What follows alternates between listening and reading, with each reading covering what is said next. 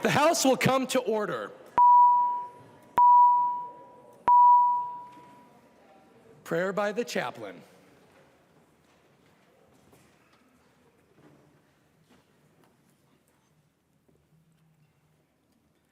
I begin in the name of God of Abraham, Ishmael, and Isaac, the God of Moses, Jesus, and Muhammad, peace be upon them all. The God who is the most gracious, ever merciful. Assalamu alaikum. May peace and blessing of God Almighty be upon you all. I'm honored and humbled to stand before you today as a member of Ahmadiyya Muslim community, Muslims who believe that the Messiah has come. We join together in the prayer before our Creator. I will now recite a few verses from the Islamic holy book, the Holy Quran. All praise belongs to God, Lord of all the worlds, the gracious, the merciful, Master of the day of judgment. You alone do we worship, you alone do we ask for help. Guide us on the right path. The path of those on whom you have bestowed your blessing, those who have not incurred your displeasure, and those who have not gone astray. O ye who believe, be strict in observing justice, and be witness for God, even though it be against yourself or against your parents and relatives. Whether he be rich or poor, God is most regardful of them both than you are. Therefore, follow not low desires, so that you may be able to act with justice. And if you conceal the truth or evade it, then remember that God is all aware of what you do. Our Lord, do not punish us if we forget or fall into error. Our Lord, burden us not with what we have not the strength to bear, and remove our sins, and grant us forgiveness, and have mercy on us. Surely you are our Master. Amen. The chaplain for today is Dr. Kamal Ahmed, Director of Public Affairs for the Ahmadiyya Muslim Community Minnesota Chapter, Nusrat Mosque in Coon Rapids, Minnesota. Pledge of Allegiance. Please remain standing and recite the Pledge of Allegiance to the flag of the United States of America. I pledge allegiance to the flag of the United States of America and to the republic for which it stands, one nation, under God, indivisible, with liberty and justice for all. The clerk will take the roll.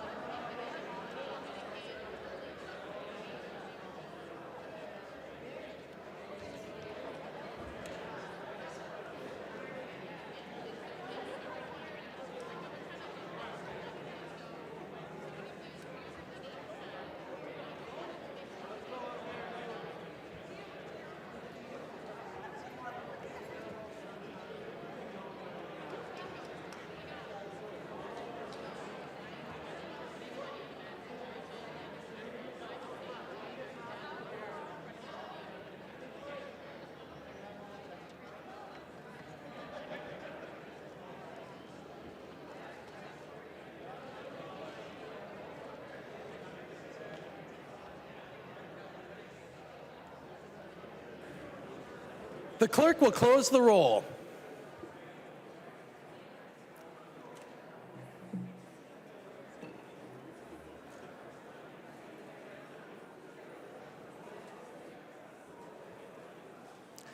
A quorum is present.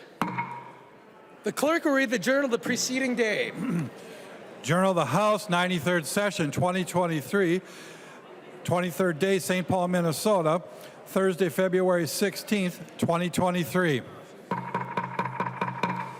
Members, please take your conversations off of the House floor into the retiring room or into the alcoves. If there is no objection, further reading of the journal will be dispensed with, and the journal will be approved as corrected by the chief clerk. Hearing no objection, the journal is approved as corrected by the chief clerk. Reports of standing committees and divisions. A copy of this order of business is online. Representative Bennett, for what purpose do you rise? Mr. Speaker, I request a separate vote be taken on the committee report for House File 1224, and I request a roll call. Representative Bennett has requested that a separate vote be taken on House File on the committee report for House File 1224. Are there 15 hands? Seeing 15 hands, there will be a roll call vote. Members, before we proceed with discussion on Representative Bennett's motion, I will refer to your attention to the fact that a copy of this order of business is on your desk and it's online. If there is no objection, the reports, with the exception of 1224, will be adopted. Hearing no objection, those reports are adopted. Members, we are now discussing the adoption of the committee report for House File 1224. I recognize the member from Freeborn, Representative Bennett. Thank you, Mr. Speaker. And House File 1224 was heard on Wednesday. Thank you, Mr. Speaker. Representative Bennett, please proceed. You have the floor. Thank you, Mr. Speaker. House File 1224 was heard on Wednesday, February 15th in the Education Policy Committee, and there was limited witness testimony and member discussion. Several witnesses, including parents and students, were denied the opportunity to share their concerns on this bill. I actually had a number of them come up to me afterwards, including students of color members, and I feel like this was not fully discussed. Some of these witnesses were even basically, from what I understand, told not to come for the hearing and just provide written comments. And members, there's a reason why all of those testifiers wanted their voice heard. There are negative impacts to this bill that affect teacher licensure.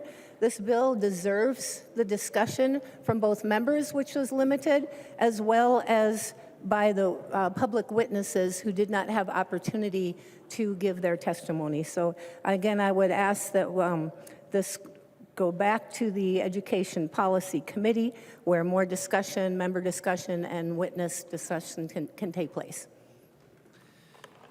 Members, is there any further discussion to the adoption of the committee report for House File 1224? I recognize the member from Mower, Representative Mueller. And thank you, Mr. Speaker. I would support this motion to re-refer back to education policy. We were told that after our committees was crammed with other bills, this is one of the more controversial bills that we had to hear. This bill was originally scheduled for a different time where we had several of Pelsby's bills together. We were unable to get to all of them, so then it was scheduled again with many other bills. This one being the last one with one of the most controversy for it. I heard several people in the audience that were unable to speak, close to 20, and I realize that we aren't able to hear everything from everyone, but these are people who actually live it and will be impacted by these changes. During the committee, we actually heard several times from Pelsby as we are changing the licensure pathways. We heard several times that we need to have our teachers to move up to professional licensing. The people who are in the audience coming to testify, these are teachers who are in the classroom doing the job. They are professional, and they should be treated as such. We were told in the committee that we need to remove the paper pencil licensure exam because of how many barriers it is. because teaching is a performative profession. And yet, this bill that had so much controversy and that we were not able to actually talk about longer than 5 minutes, I want to say, removes the one pathway that allows people to show performance-based competency, shows performance-based effectiveness. Pellsby cannot have it both ways. They cannot remove the licensure exam because teaching is performance-based, and then at the same time remove the one pathway that used performance to move to the next tier in our tiered system. I was not here when the tiered system was adopted, but I understand that it was here after hours and hours of research and information and input from many stakeholders. It is no longer than, I think, 2017, 2018 that it was adopted. We don't have enough time to be able to understand the impact of this, and yet we have people coming from everywhere telling us that this is a way for them, multiple entries of pathways, multiple entries into the profession, and we need to be able to hear from all of them. We were told that, don't worry, we'd be able to hear this in education finance. Well, members, I'm not in education finance, and yet my doctorate is in education, and I believe that I should have the chance to say what needs to be said and to collaborate and work in the committee. We do not need to rush these bills. We have some time, and it needs to be considered. I would urge members to support the re-referral to Ed Policy. Thank you so much. Further discussion to the adoption of the committee report for House File 1224. I recognize the member from Anoka, Representative Scott. Thank you, Mr. Speaker. And I'm really troubled by what I'm hearing here. I used to be on education policy, and I know that the changes to the licensing board were very lengthy, covering a couple of years, and then there was a grand compromise. And so would Representative Bennett yield to a question? Representative Bennett will yield to a question. Representative Scott. Thank you, Mr. Speaker. Representative Bennett, is this bill basically lowering the standards for teachers to be qualified? I recognize the member from Freeborn, Representative Bennett. Thank you, Mr. Speaker. And, you know, we heard a couple bills that day, Representative Scott, and I'm not sure which one actually lowered the standards, but yes, there are standards being lowered and the tests that teachers take and so on. The critical part of this bill right now is it's part of a whole teacher licensure pathway, the tiered pathway, that I was here during that time when we put that together, and Representative Erickson was a huge leader in that. And these pathways allow teachers ways to get licensure, and we all know that we have a shortage of teachers. This bill in particular takes away a pathway that many teachers of color use to get their license. And it blows my mind that we're taking that pathway away. And so this is something that was, like you mentioned, we worked hard and we had a lot of compromises during that time to come up with this licensure path. And to change it right now especially without further discussion and hearing from the people it will impact, is incredibly harmful. And I feel like we're doing a harm to the public as well as our licensures and our teachers. Representative Scott. Thank you, Mr. Speaker. Would the chair of the Education Policy Committee yield for a question? Chair Pryor will yield to a question. Representative Scott. Thank you, Mr. Speaker. Representative Pryor, I'm just curious as to why testimony wasn't allowed by students and parents that were there to testify on behalf of this bill. I recognize the member from Hennepin, Representative Pryor. All right. Well, thank you. To clarify, we did take testimony. We did take public testimony on this bill. As everyone knows, there is often more people that sign up to testify than you actually are able to accommodate in any committee meeting. And that committee meetings are for discussion among members and to hear bills, hear pros and cons hear why people support it, why people might be against it. And those are points that we did cover in our committee meeting that day. We did take public testimony. We also have written testimony that was available to the committee members and, of course, is available to the public to publicly posting. I feel confident that we fulfilled our obligation for public input on that bill in committee that day. Representative Scott. Thank you, Mr. Speaker. And, well, Representative Pryor, thank you for the answer. Evidently, it wasn't just our members that felt like there wasn't adequate testimony. There were actually people whose lives and their children's lives would be directly affected by the actions in this bill if it would become law, that were there to testify on behalf of their children. From what Representative Bennett said, these were a lot of them were people of color, and we know the gaps that we have in education, and these people were there to testify. I was in committee a few years ago, and it's probably a similar bill to this, and we had numerous people of color coming up saying, please don't strip this other pathway to licensure from this wonderful teacher that my kids love and who they are learning from.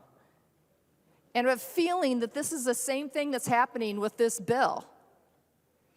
And yes, we are there for member discussion, but we're also there to hear from members of the public. And we have nothing more important to do down here than educate all the kids. And we need to make sure that we get it right. So I am going to be voting in favor of the Bennett motion. I encourage others to do the same. Is there any further discussion to the regarding the adoption of the committee report for House File 1224? I recognize the member from Hennepin, the Majority Leader, Representative Long. Thank you so much, Mr. Speaker. I'd just like to remind members that we aren't debating the bills before us. This has additional committee stops. It will be coming to the floor later this year, where we will be able to have debate on this. And all we are doing now is moving this to its next committee stop. It is not voting for or against the underlying bill. And so I'd ask members to vote yes to re-refer the bill. Thank you. Any further discussion?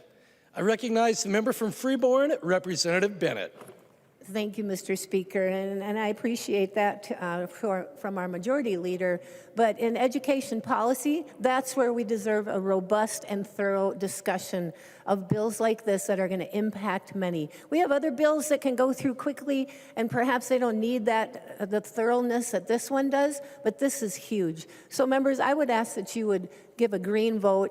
Put this back to policy where it belongs. It is a policy discussion, and allow our members on both sides of the aisle, by the way, to have a thorough discussion on a very important and impactful topic. Thank you.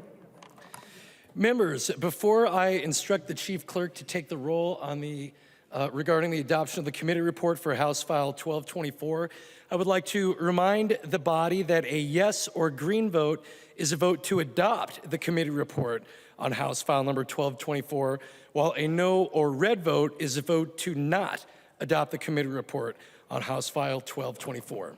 Representative Bennett. Mr. Speaker, I will ask for a red vote. Thank you.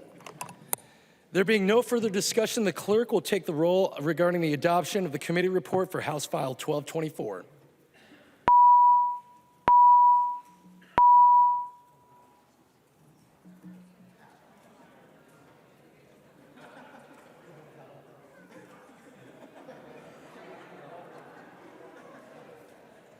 Sorry.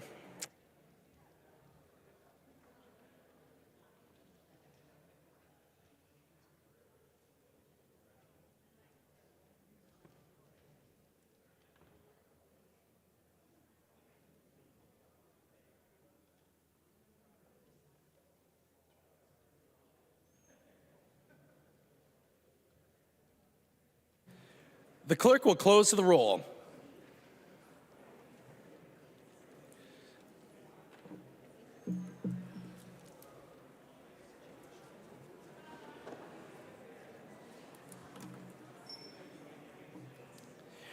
There being 70 ayes and 59 nays, the report from the Committee on Education Policy relating to House File 1224 is adopted.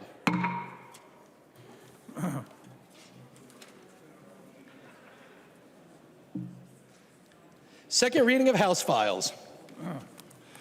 Second reading House File number 246. Second reading. Second reading House File 626. Second reading. Second reading House File 686. Second reading. Second reading House File 797. Second reading. Second reading House File 1213. Second reading. And second reading House File 1355. Second reading.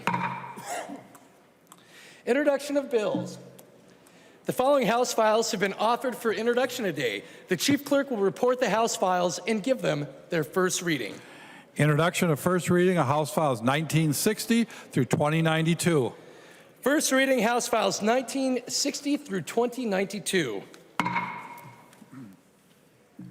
Messages from the Senate. A message from the Senate. Madam Speaker, I hereby announce the adoption by the Senate of the following Senate concurrent resolution herewith transmitted. Senate Concurrent Resolution Number 3, a Senate Concurrent Resolution adopting deadlines for the 2023 regular session. The message is signed Thomas S. Potter, Secretary of the Senate. The concurrent resolution is being referred to the Committee on Rules and Legislative Administration. Calendar for the day. The first bill on the calendar for the day is House File 55. The clerk will report the bill.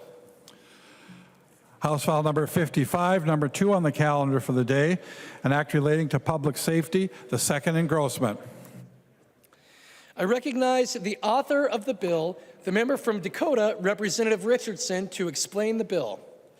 Thank you, Mr. Speaker. House File 55 would establish an office for missing and murdered Black women and girls.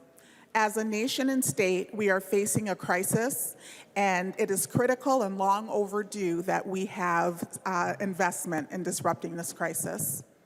The known data is simply horrific.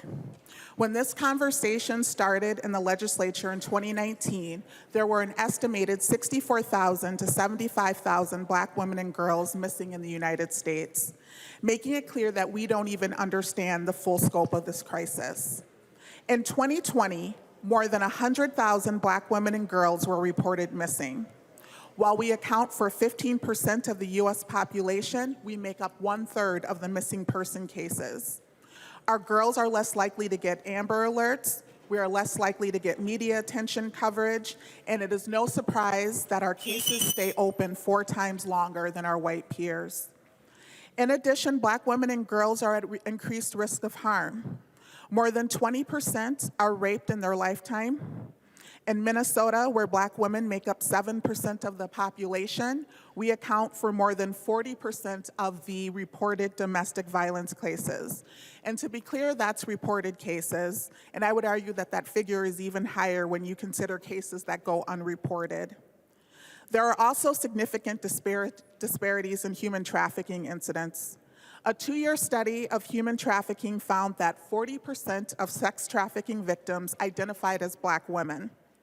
What is very chilling is that convicted traffickers admittedly believe that trafficking Black women and girls would land them less time in jail if they were caught than trafficking white women or girls. In Minnesota, Black women are almost 3 times more likely to die of homicide, and across the United States, at least 5 Black women a day were murdered in 2021. This reflects a 51% increase over 2019, the largest increase of any racial or gender group during that period. Furthermore, the number of unsolved homicides of Black women rose by 89% in 2020 and 2021, compared with 2018 and 2019. Again, a far bigger increase than any other demographic during this period. This is a crisis, but it doesn't have to be this way. And we know that behind these numbers are real people with real stories, with purpose, that didn't expect that they would not see tomorrow or simply vanish. There are also real families and communities that are devastated by this crisis as well, and they deserve support, resources, and answers. We know we need to recognize and address the complexities that contribute to this crisis, including domestic violence and intimate partner violence, human trafficking, both labor and sexual exploitation, gang violence, the adultification and sexualization of Black girls, disparities in our foster care system and out-of-home placements, homelessness, including those who are homeless because they age out of our foster care system, systemic racism, poverty, mental health, substance use disorder, the role the media plays, the impacts of mistrust of law enforcement, and the disturbing trends of families feeling alone as they conduct their own investigations, searching for answers.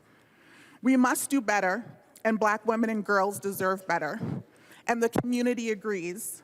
This office has been vetted with community, with individuals with lived experience, grieving families, the faith community, organizations committed to the prevention of domestic violence and human trafficking, elected officials, law enforcement, county attorneys, county social service, youth programs, students, public health organizations, medical associations, education-related organizations, and a diverse group of nonprofits. This bill is built around ensuring that there is an interconnected, sustained, community-based response to this crisis, and it would go beyond tracking the data and root causes to strategies and solutions for prevention, support on cold cases, establishing a missing and endangered persons alert system, and increasing public awareness on the crisis, and also developing guidance and training to improve outcomes. And with that, Mr. Speaker, I will stand for amendments and questions. Members, there is an amendment at the desk. The clerk will report the amendment. Damath moves to amend House File number 55, the second engrossment. The amendment is coded A6. I recognize the author of the amendment, the member from Stearns, the minority leader, Representative Damath, to explain the A6 amendment. Thank you, Mr. Speaker. And members, I had the privilege of serving on this task force.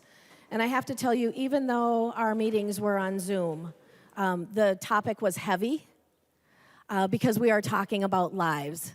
Thank you to Representative Richardson for bringing the bill forward and for your leadership in this area. We are talking about the lives and those that have already gone on and that we didn't have a chance to make a difference in their lives. As heavy as the work was, this is an important issue to bring forward, and members, part of the report that came out of the work of the task force is to advocate for legislation that would accomplish the mandates of the task force. We also know that the task force is tasked with conducting research and collecting data on missing and murdered Black women and girls, and making those recommendations to the legislature. So the A6 amendment before you would actually sunset the Office of the Missing and Murdered Black Women and Girls on June 30th of 2026. And you might wonder why I would want to sunset that. Members, my hope is that with the research that is done and the absolute focus on this issue, that we would be able to end the issue of missing and murdered Black women and girls, that it wouldn't continue going on. The office would also be required to submit not just a report, but a final report that we could look at and say, this is why we have had this issue. These are the steps and the legislation we want to take and put into place to change this. But if on the off chance we wouldn't be able to fix it by that final report in the sunsetting, after those recommendations done in a final report, members, we would be able to reevaluate and we would be able to take a look at that at the sunset date and either make permanent the legislative changes that need to be done, or we would be able to revisit the issue at that time. And with that, members, I would suggest a green vote. Discussion to the A6 amendment. I recognize the member from Dakota, Representative Richardson. Thank you, Mr. Speaker, and thank you, Leader Dameth, for your support of establishing the task force and also for the work that you did on the task force as well. We know that this is a crisis that continues to worsen, and in fact, it's gotten worse since we started talking about this within the House. Within the legislature.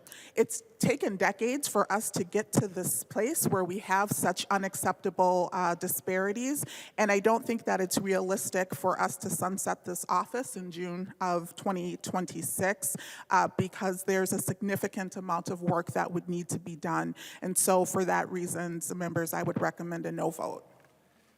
Further discussion to the A6 amendment. Seeing none, all those in favor of the A6 amendment, please say aye. Aye. Those opposed, please say no. No. The motion does not prevail and the amendment is not adopted. There is an amendment at the desk. The clerk will report the amendment. Novotny moves to amend House File Number 55, the second engrossment. The amendment is coded A7. I recognize the author of the amendment, the member from Sherburne, Representative Novotny, to explain the A7 amendment. Thank you, Speaker. My bill,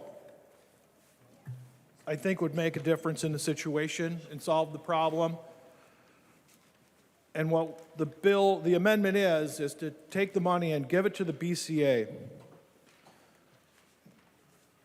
And my thought behind the process is, do we need another office to study the problem? We know the girls and the women are missing.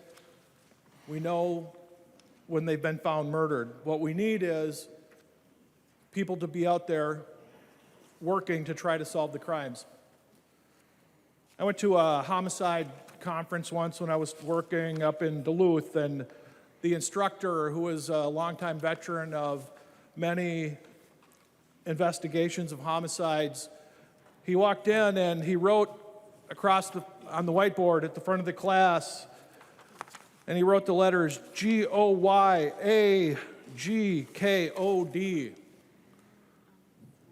And I'll clean up what one of the words means, but it was get off your backside, go knock on doors. Get out and knock on doors.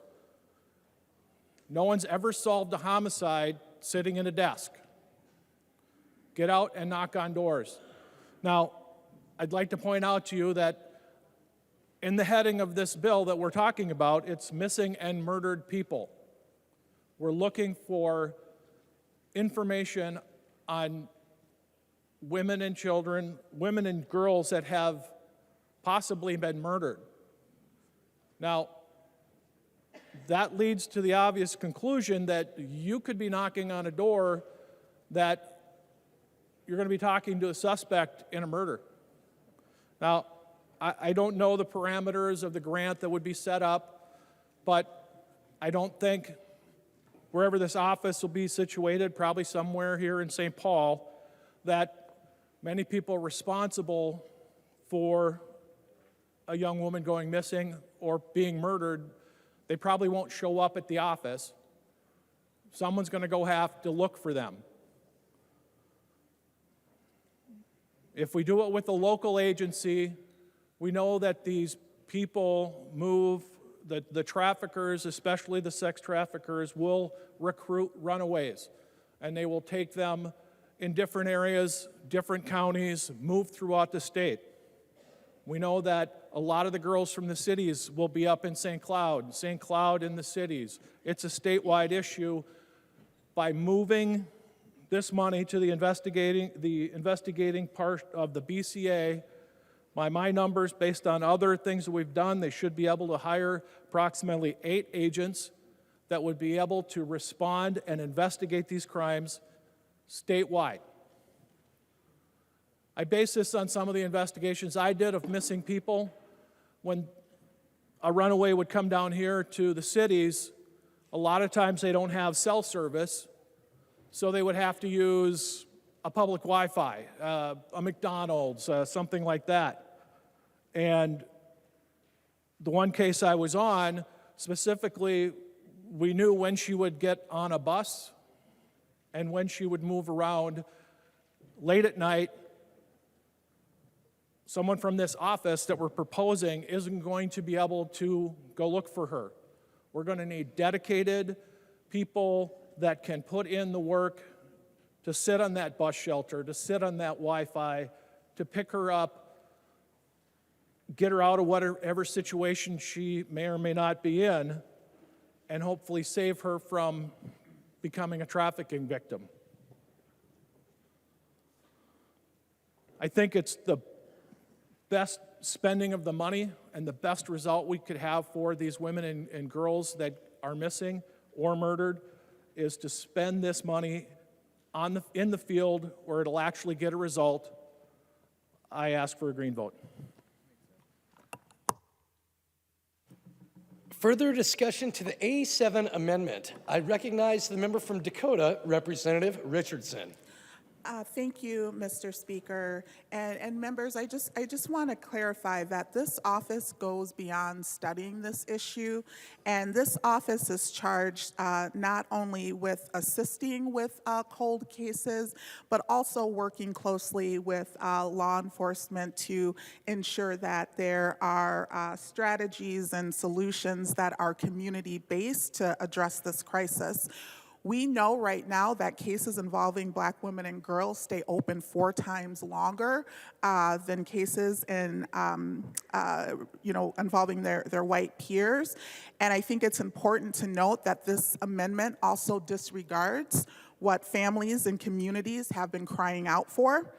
I would also note that this office comes with support not only from survivors and family members, but law enforcement, counties, public health organizations, medical associations, youth-serving organizations, because we recognize that if we are truly going to address this issue, it's everyone's issue and it's everyone's concern.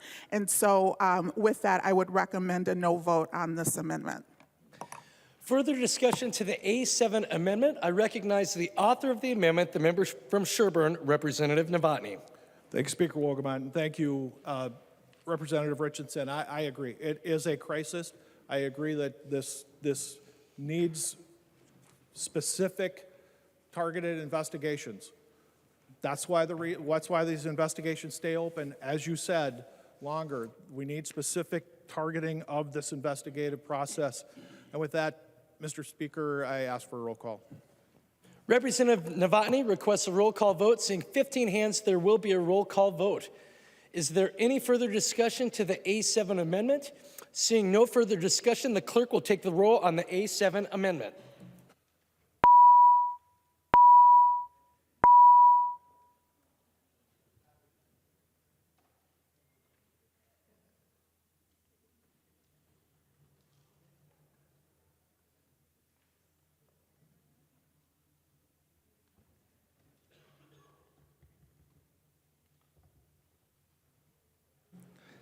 The clerk will close the roll.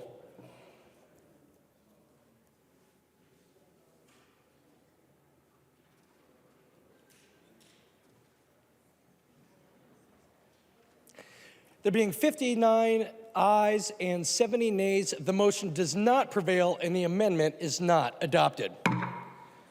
There is an amendment at the desk. The clerk will report the amendment. Damath moves to amend House File Number 55, the second engrossment. The amendment is coded A8. I recognize the author of the amendment, the member from Stearns, the minority leader, Representative Damath, to explain the A8 amendment. Thank you, Mr. Speaker.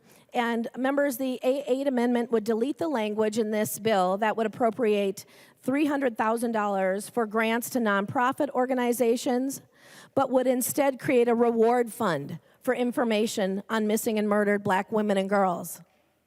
The legislative auditor issued a report just a little over 2 weeks ago that actually identified several issues related to grants to nonprofits and the oversight of those grants. So rather than give the $300,000 in this bill to unaccountable nonprofits, we should be working with the public to solve cases of missing and murdered Black women and girls.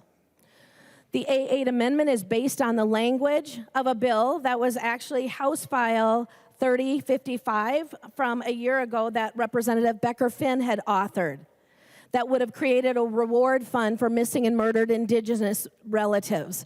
This is what this amendment is patterned after.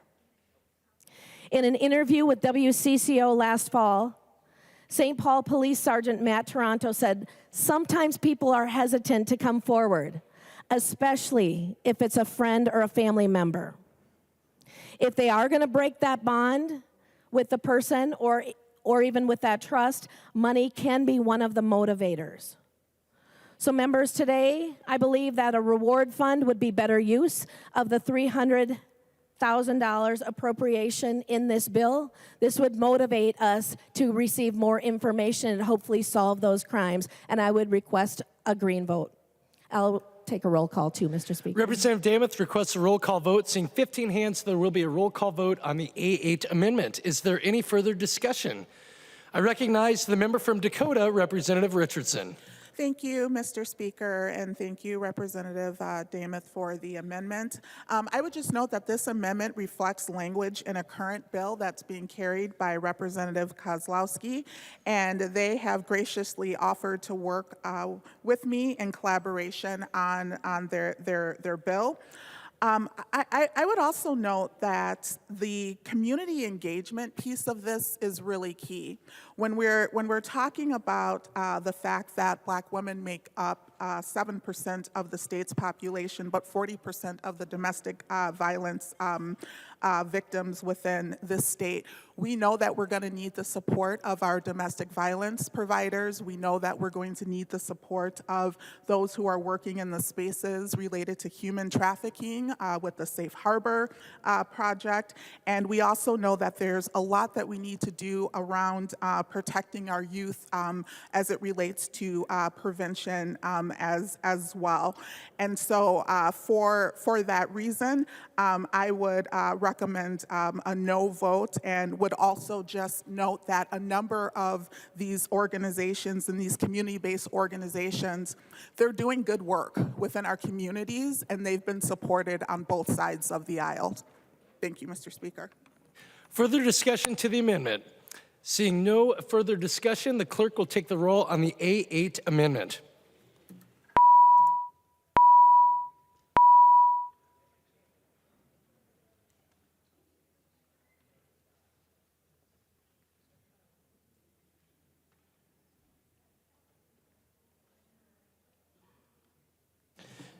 The clerk will close the roll.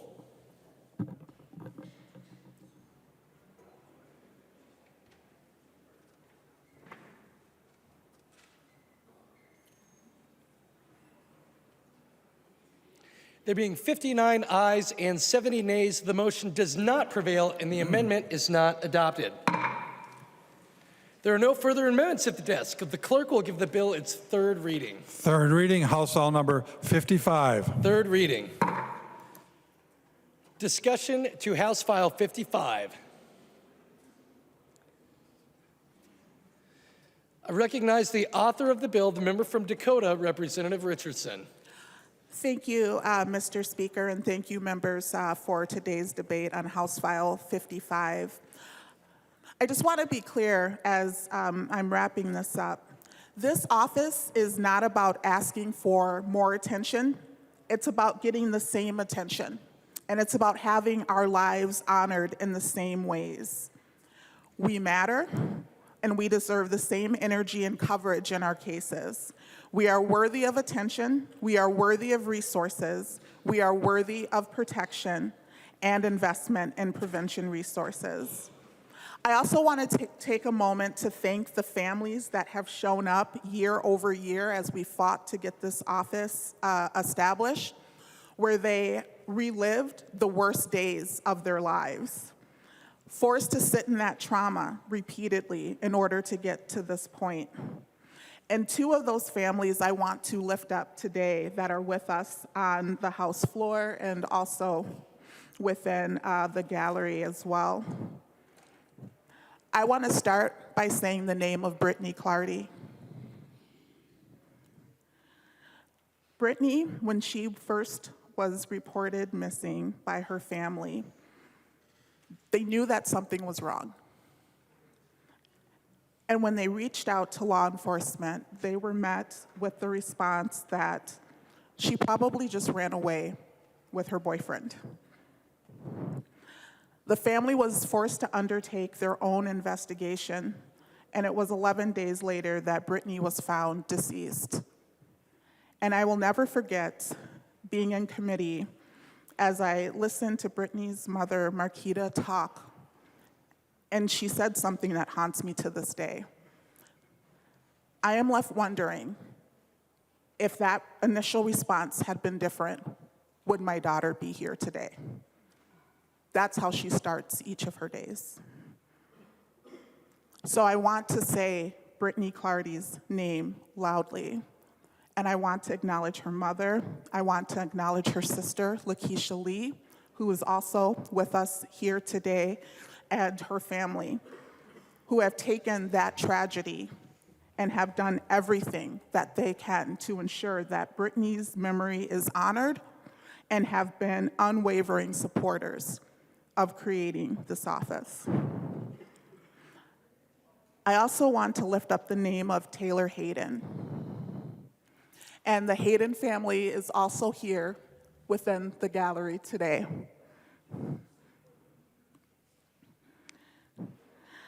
Taylor was taken much too soon. And what haunts me is what her father, Dr. Peter Hayden, told me on a phone call as we were preparing to have this bill heard. Taylor had a bright future ahead of her. She was smart, she was accomplished, and in a moment, in a flash, her life was gone. And her dad, talking to me, said, I look at you and I see you on the House floor, I see you moving this bill, and I see Taylor in you. And I wonder what Taylor could have been and what she could have accomplished if given the chance. So with that, I also want to take this opportunity to thank the task force participants, the advisory council members, all of the individuals who came forward and shared their stories, all of the groups that have contributed. And I also want to acknowledge the Black and Missing Foundation, who is represented here today on the House floor. They have actively been bringing our loved ones home, and in fact, just this week, helped return a little one to her home who had been missing for over a month. We matter, and we deserve this. Please vote green.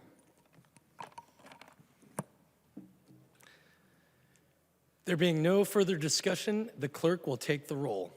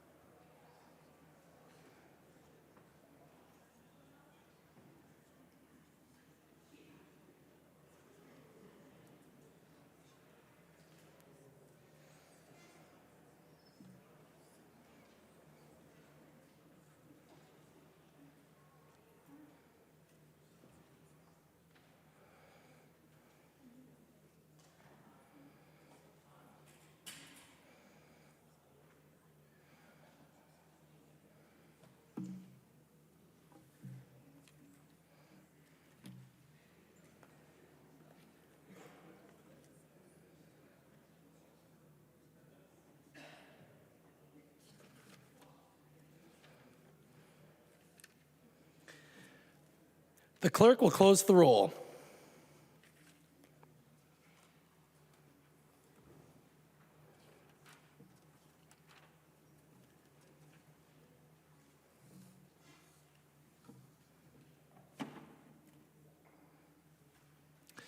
There being 110 ayes and 19 nays, the bill is passed and its title agreed to.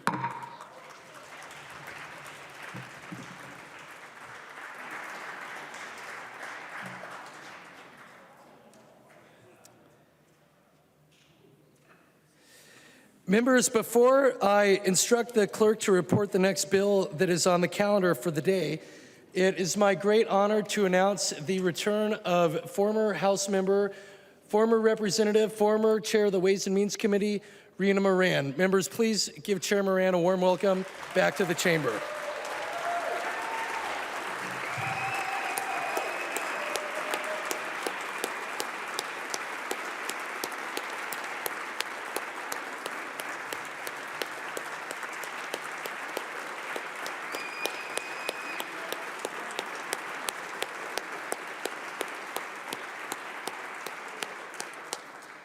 Thank you, former Representative Moran, for your 6 terms of service.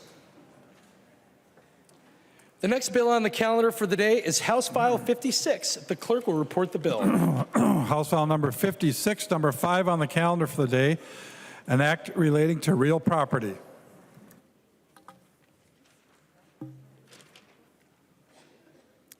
I recognize the author of the bill, the member from Ramsey, Representative Feist, to explain the bill. Thank you, Mr. Speaker. This bill was brought to me by the Minnesota County Recorders Association, which is comprised of all 87 county recorders' offices. County recorders are tasked with maintaining complete and accurate records of documents pertaining to the conveyance and encumbrance of land within the county. This legislation proposes technical changes and tweaks to reflect advances in technology and update real property recording statutes to modern accepted practices.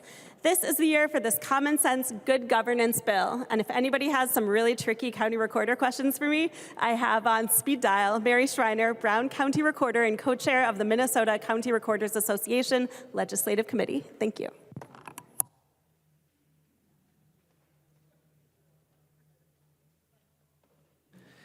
There are no amendments at the desk. The clerk will give the bill its 3rd reading. 3rd reading, House File number 56.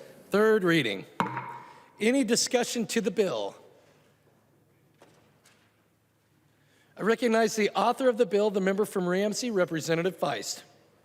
Thank you, Mr. Speaker. This is one of those bills that just reflects good governance and the important, not always sexy work that we come here to do every day. So I would encourage members to vote green. Seeing no further discussion, the clerk will take the roll on House File 56.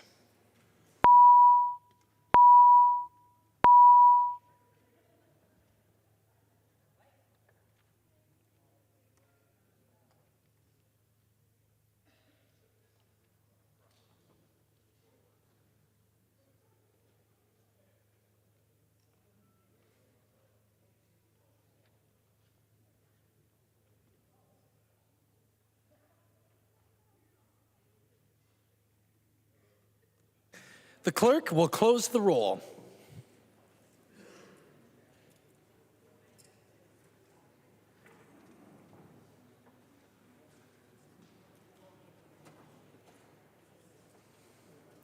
There being 129 ayes and 0 nays, the bill is passed and its title agreed to. The next bill on the calendar for the day is House File 45. The clerk will report the bill. House File number 45, number 4 on the calendar for the day, an act relating to the judiciary. I recognize the author of the bill, the member from Ramsey, Representative Feist, to explain the bill.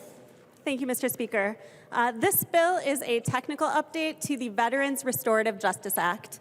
The Veterans Restorative Justice Act passed with bipartisan support in 2021. At that time, I quoted the wife of one of the eligible veterans. She said, "I am not a victim. I am a proud wife of a man who honorably served his country for 22 years. This veteran recently graduated from Ramsey Veterans Court. And on graduation, he wrote an email to his attorney and he said, quote, "You truly gave me my life back. I'm truly grateful that all of this happened because I got the help I needed and I'm happier than I've ever been. I got to meet and help a few vets along the way too." Since 2021, many other veterans statewide have responded to the incentives created by the Veterans Restorative Justice Act to receive desperately needed support and treatment for post-traumatic stress and addiction, domestic violence interventions, and professional mentorship. The bill today creates no substantive change in the Veterans Restorative Justice Act. It simply clarifies the order of proceedings around entry of a plea and whether someone can be diverted to receive a restorative sentencing path. It eliminates procedural confusion and eliminates those additional burdens that some courts were facing. And I would encourage members to vote green. There is an amendment at the desk. The clerk will report the amendment. Weens moves to amend House Law number 45. The amendment is coded A1. I recognize the author of the amendment, the member from Washington, Representative Weens, to explain the A1 amendment. Thank you, Mr. Chair, and thank you, Representative Feist. I am broadly supportive of all veterans measures. This one specifically speaks to my heart as it restores some things for many veterans that have had issues. One of the things that we found lacking in this is there was no reporting mechanism. And for those of you that know veterans, they're pretty pernicious. They usually like to know, is the juice worth the squeeze, or is this a bogus thing? And so in order to get to that point, and I'll just have to thank Chairman Newton for his ability to run the Veterans Committee where we can have a discourse and bring up those particular issues. And also, Representative Liz Lagarde was the first one that ran into my buzzsaw on all those questions about how many veterans are you serving? What's the charitable donation ratio? Is this audited? So we went through all that, and as a freshman, I'm just kind of feeling my way, and I just realized that in order for this to work for our veterans, they need to know that we are in it with them, and they deserve that, as well as our constituents know that the money we spent, how little or how much, that it really is doing what it says it's going to do. So in my discussions with Representative Feist, we wanted to come up with some evaluative criteria that are responsible, accountable, transparent, and have an evaluation criteria by which we can tell if this is working. In our process here, it was just a little bit different than some of the other things in veterans where it was an MDVA issue or it was a deed issue. This one we had to deal with the courts. And as dealing with the courts, the initial language we used, they wanted to tweak it. And we've been working on that tweak for a little while. And so at this time, the A1 amendment, which would have reporting requirements, is not approved by the courts yet, or I'll say our agreement to work forward with the courts is not complete yet. So I will be withdrawing the A1 amendment, but look forward to working with Representative Feist and the courts to get it to that particular level where it works for our veterans and it works for us. Thank you very much, Mr. Chair. Representative Weens has withdrawn the A1 amendment. And Representative one more. Weens. I encourage vote green on this. Representative Weens, you have withdrawn your amendment, correct? Mr. Chair, that is correct. I've withdrawn my amendment, but I encourage a green vote on HF 45. Representative Weens has withdrawn the A1 amendment, and as a result, there are no further amendments at the desk, and I will ask the clerk to give the bill its third reading. Third reading, House File number 45. Third reading. Discussion to House File 45. I recognize the member from Ramsey, the author of the bill, Representative Feist. Thank you, Mr. Speaker. This is a small technical tweak that will help the Veterans Restorative Justice Act do its important work for our veterans. Thank you, Representative Weens, for your partnership in supporting veterans, working on this bill. I appreciate your co-authorship of this bill, and I'm excited to gather more data so that we can know the impact that we're having and make sure that we're doing everything that we can. So with that, I would encourage members to vote green. Thank you. Any further discussion to House File 45? Seeing none, the clerk will take the roll.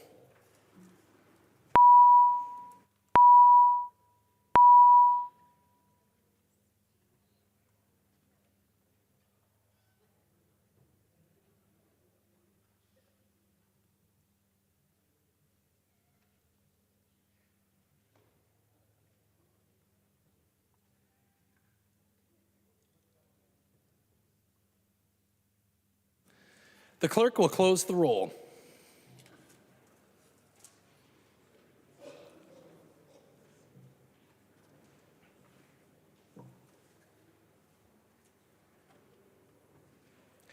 There being 128 ayes and 0 nays, the bill is passed and its title agreed to.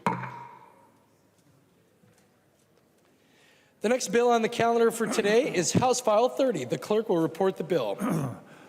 House File number 30, number 3 on the calendar for the day, an act relating to public safety, the second engrossment. I recognize the author of the bill, the member from Dakota, Representative Richardson, to explain the bill. Thank you, Mr. Chair. House File 30 is a bill to address the skyrocketing catalytic converter thefts across the state. There's been a surge in recent years, and currently State Farm estimates that Minnesota ranks in the top 5 for converter theft insurance claims. According to the National Insurance Crime Bureau, converter thefts rose by over 325% from 2019 to 2020. And we know that many Minnesota families have been impacted. Most of us know someone who has had their catalytic converter stolen, and some of us know people who have experienced multiple thefts.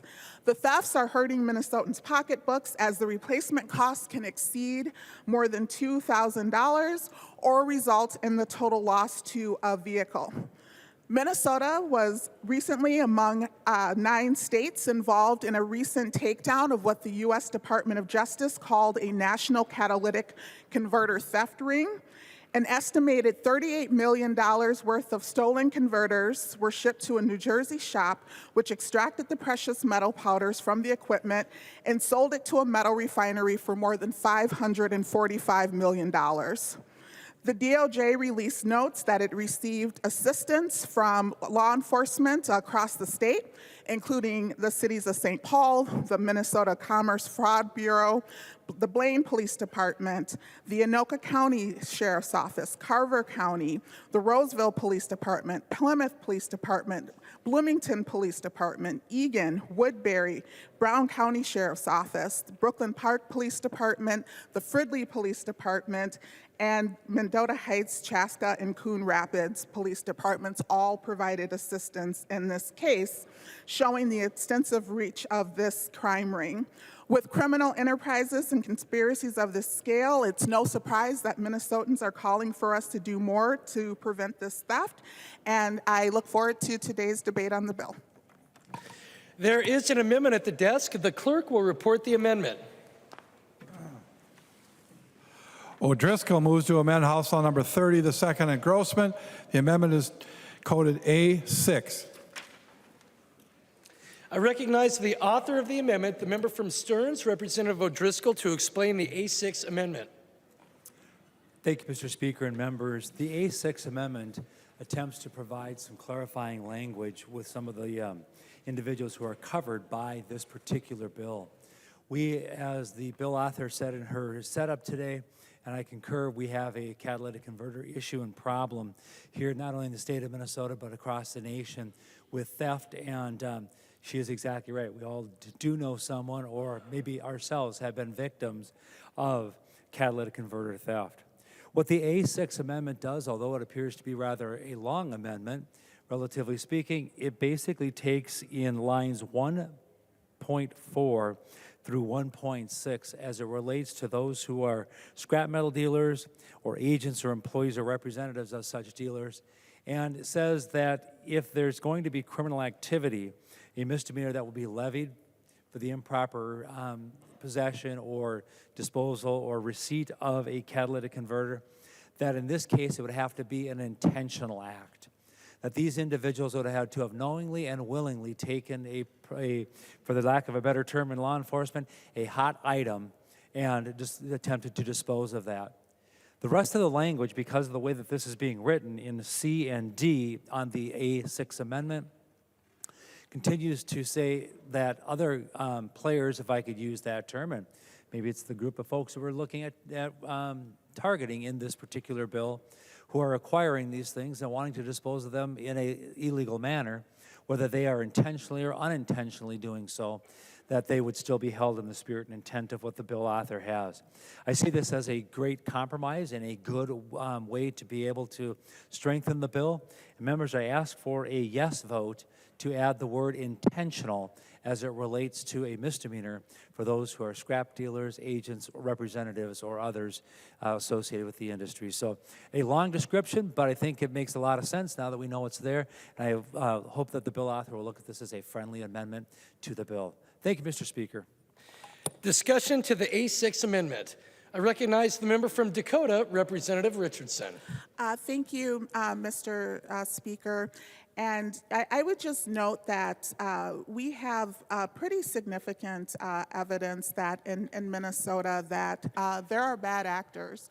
And as we think about intent is already built into criminal law. And with the size and scale of some of these theft rings that we are seeing, I think it's also important that we are holding folks accountable at all levels of this theft, and so I'd recommend a no vote. Any further discussion to the A6 amendment? Seeing none, all those in favor of the A6 amendment, please say aye. Aye. Those opposed, please say no. No. The motion does not prevail and the amendment is not adopted. There are no further amendments at the desk. The clerk will give the bill its third reading. Third reading, House File number 30. Third reading. Discussion to House File 30. I recognize the author of the bill, the member from Dakota, Representative Richardson. Thank you, Mr. Speaker, and thank you, members, for the debate today. This is a bill that's been around for a number of years, and it's a bill that Minnesotans have been calling for. And so with that, I would ask for a yes vote. I recognize the member from Crow Wing, Representative Heintzman. Thank you, Mr. Speaker, and I apologize. I was trying to get recognized, and I wasn't spotted. So I would appreciate an opportunity to ask Representative Richards a question if she would yield. Representative Richardson will yield for a question. Representative Heintzman. Thank you, Speaker. Representative Richards, you mentioned a catalytic converter, I think, theft ring that was caught transporting catalytic converters and selling them, and I think you said New Jersey. Just looking at the language in the bill, is there anything in there that would affect that example that you cited? Representative Richardson. Thank you, Mr. Speaker. And to be clear, there's evidence that these theft rings are not only what I mentioned with the 9-state case involving the U.S. Department of Justice, but there are other cases as well. So yes, this bill will have an impact in Minnesota. Representative Heintzman. Thank you, Mr. Speaker. I don't necessarily draw any conclusion from the issue, but wanted to get the clarification. Thank you, Representative Richardson. Are there any other members seeking recognition for discussion on House File 30? Seeing none, the clerk will take the roll on House File 30.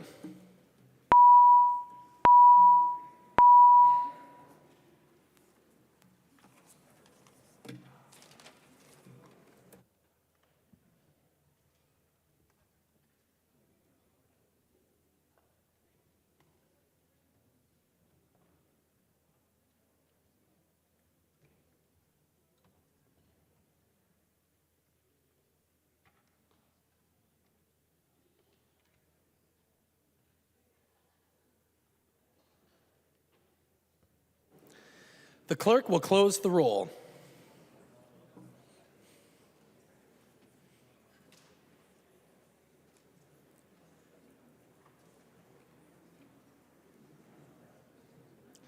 There being 113 ayes and 15 nays, the bill is passed and its title agreed to.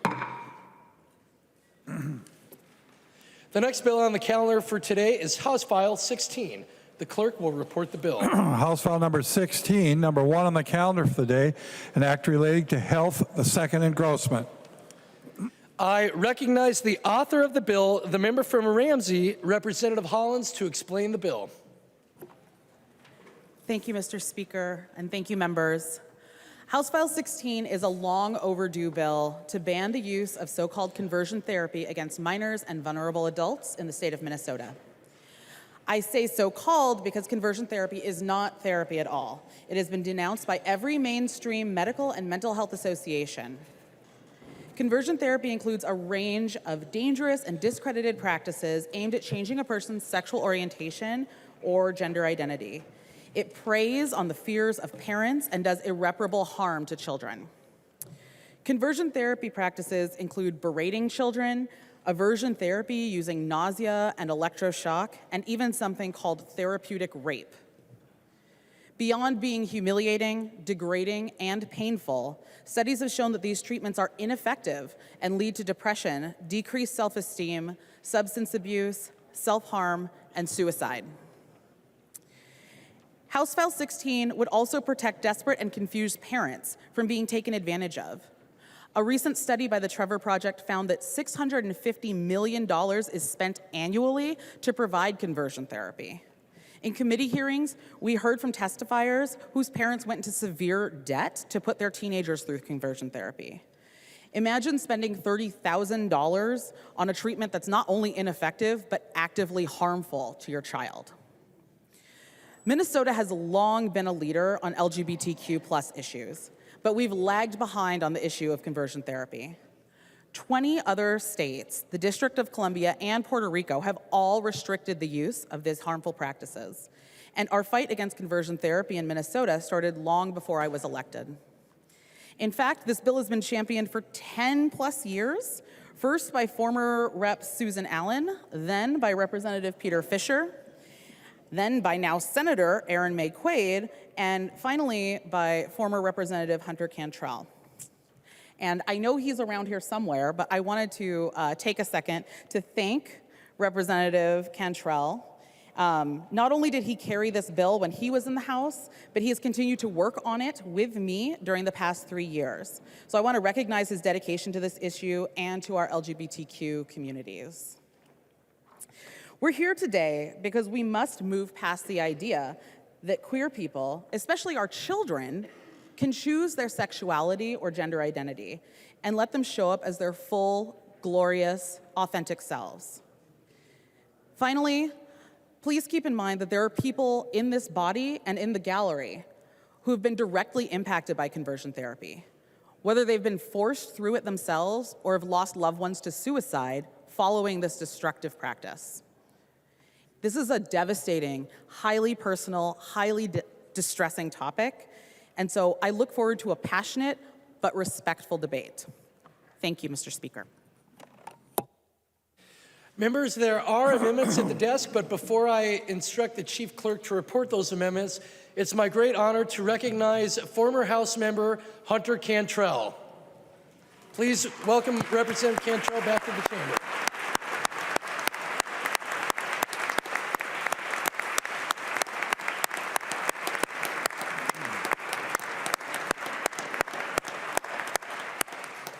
Representative Cantrell, thank you for your term of service in the House of Representatives.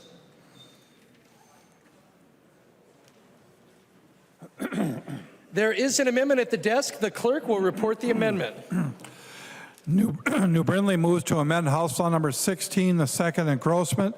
The amendment is coded A15. I recognize the author of the amendment, the member from Chisago, Representative New Brindley, to explain the A15 amendment. Thank you, Mr. Speaker. And thank you, Representative Hollins, for your work on this bill and your willingness to work with me as we went through the language. One of my concerns was that this bill might apply more broadly than was intended. And so this amendment makes it very clear that the language of this bill and conversion therapy specifically is limited to a therapist-client relationship. It ensures that in other settings, folks will be protected.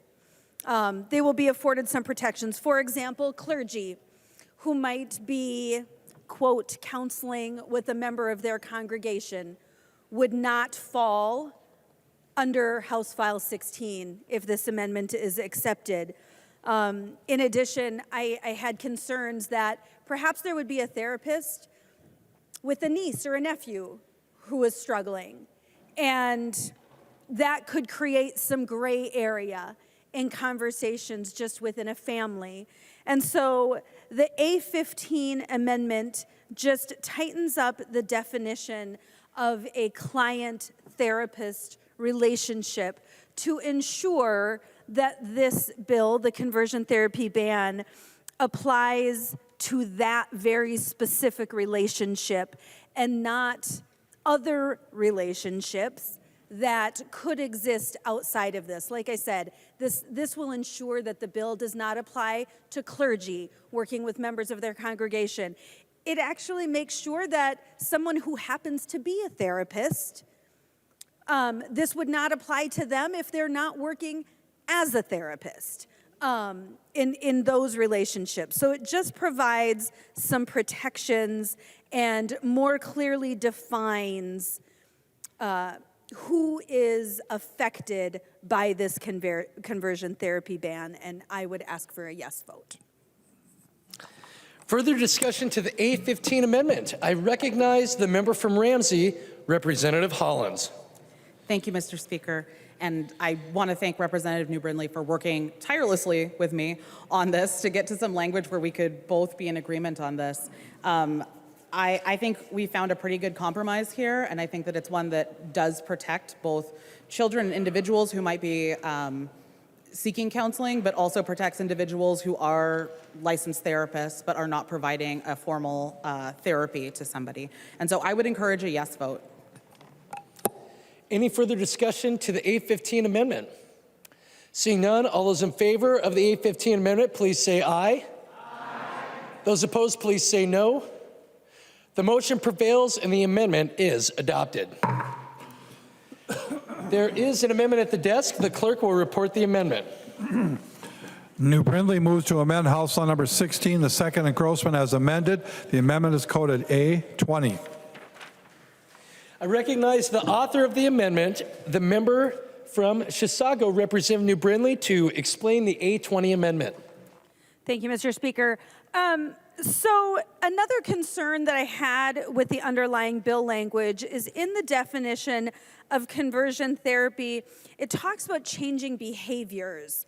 And I just wanted to make it very clear, and this amendment would make it very clear, that when we're talking about changing behaviors as it relates to conversion therapy, we are talking about changing behaviors for the purpose of changing sexual orientation or gender identity.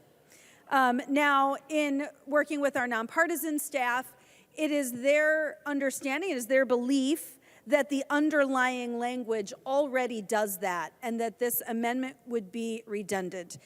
Mr. Speaker, would Representative Hollins yield for a question? Representative Hollins will yield to a question. Representative New Brindley. Thank you, Mr. Speaker.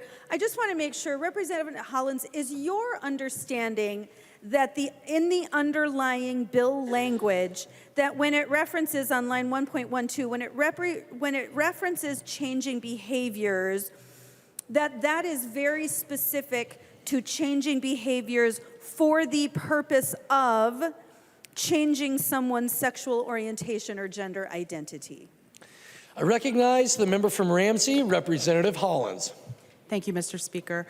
Representative New Brindley, that is my understanding, both from my conversations with nonpartisan research, but also with my conversations with mental health professionals and the Board of Psychology.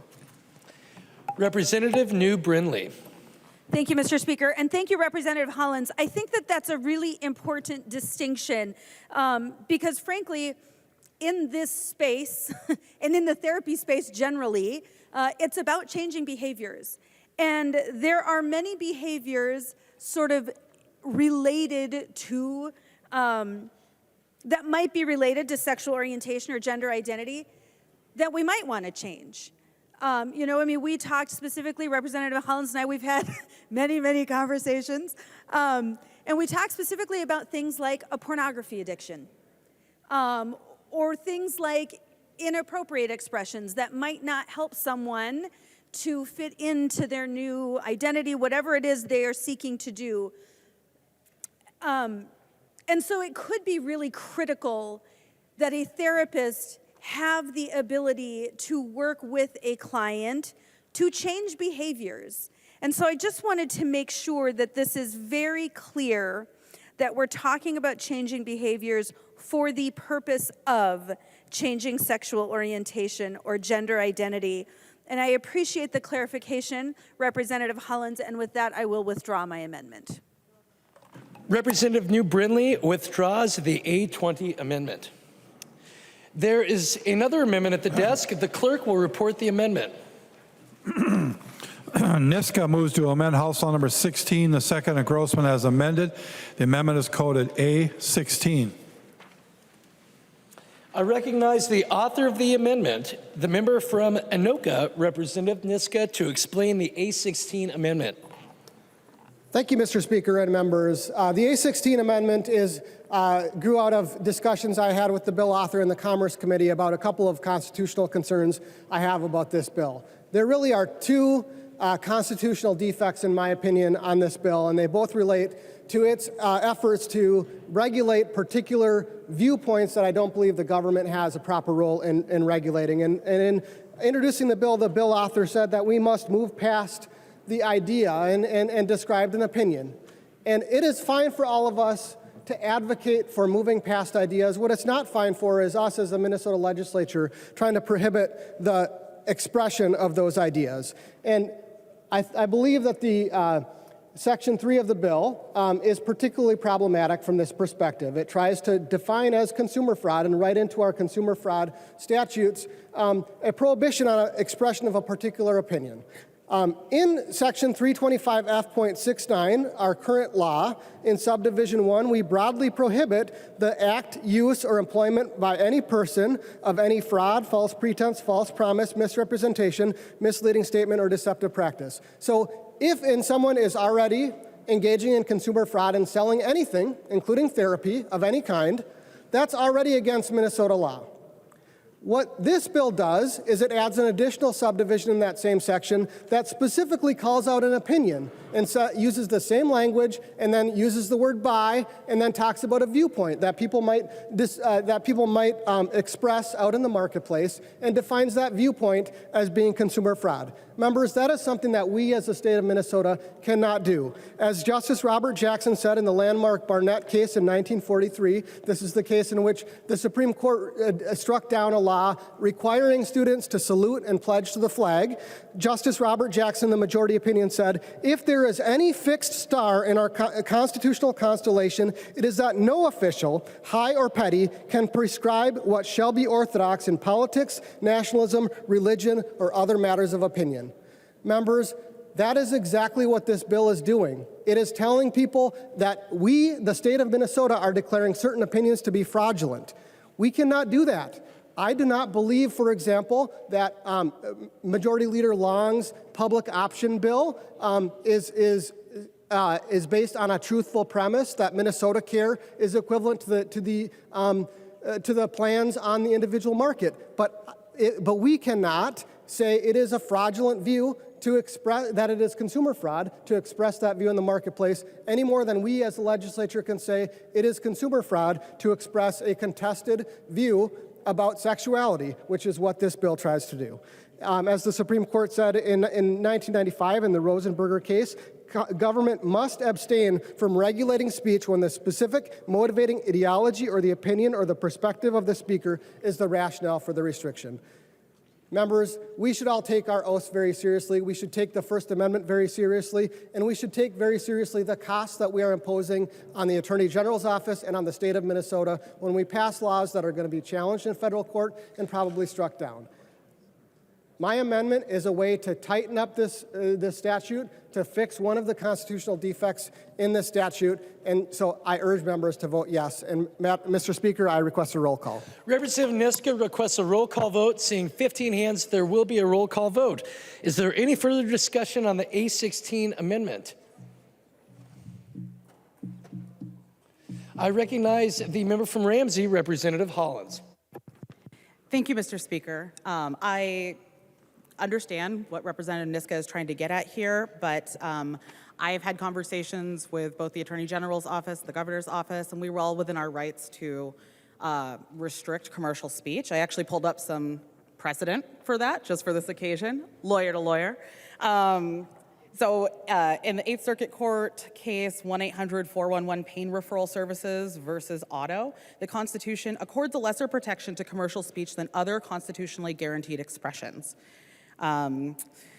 Commercial speech can be subject to greater governmental regulation than non-commercial speech. Another case from the 8th Circuit, Martin v. Campbell, says the legislature was free to prohibit commercial speech that tended to deceive the public rather than inform it. The reality is we're not talking about opinions on whether or not being gay or trans is good or bad. We're talking about a particular practice that has been disproven by science. And it is not right for us to be able to advertise and say that it is going to fix something when we know it doesn't fix it. So we're well within our rights to control this commercial speech, and I would advise a no vote on the amendment. Thank you. Further discussion to the A16 amendment. I recognize the member from Ramsey, Representative Pinto.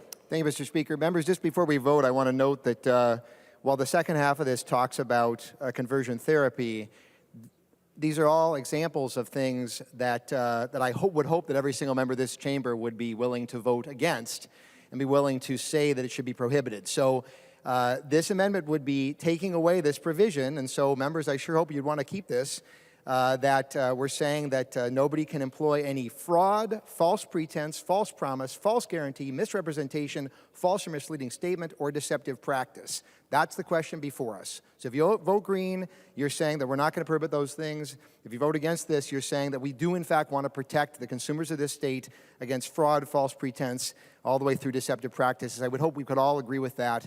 Vote red. Thank you, Mr. Speaker. Further discussion to the A16 amendment. I recognize the author of the amendment, the member from Anoka, Representative Niska. Thank you, Mr. Speaker, and thank you, Representative Pinto, for that comment. Again, I would direct members to existing law, which already prohibits all of those things. It already prohibits the use, the act, use, or employment of any fraud, false pretense, false promise, or misrepresentation, but it does it without specifically calling out particular contested expressions of opinion, which is what the bill does. So what the bill does in Section 3 is to simply add to existing law, which does, in fact, pass constitutional muster. It is, in fact, as Representative Hollins points out, it is, in fact, constitutional in the commercial speech context to prohibit fraud. What it is not constitutional to do, even in the commercial speech context, is to say, here is a particular political view, here is a particular contested opinion about what is the nature of homosexuality, for example, and to say that that opinion, we as the state have deemed to be fraud. We as the state do not get to deem contested political opinions, whether we disagree with them or not. And I'm sure that many of us would disagree with the statements that are here, but we don't get to say that they're fraud. That is not the proper role of the state government. It is not proper for us as people who swore an oath to uphold the Constitution of the United States and the Constitution of the state of Minnesota. It is not proper for us to use the power of the state, to use the power of the government to tell people that certain views, certain opinions are allowed and certain opinions are not allowed. So I urge you, for the sake of your oath, for the sake of the principle that we as the state do not get to decide which political opinions are in bounds and out of bounds, to vote yes on this amendment. Thank you. Any further discussion to the A16 amendment? Seeing none, the clerk will take the roll on the A16 amendment.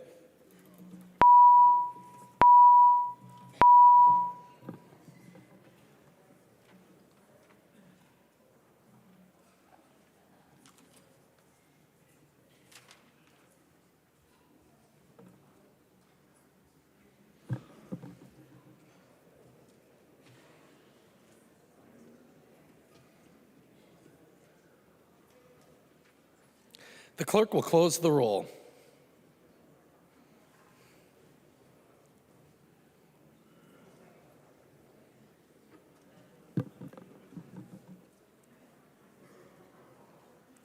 There being 59 ayes and 70 nays, the motion does not prevail, and the amendment is not adopted. There is an amendment at the desk. The clerk will report the amendment. Franzen moves to amend House File Number 16, the second engrossment as amended. The amendment is coded A18.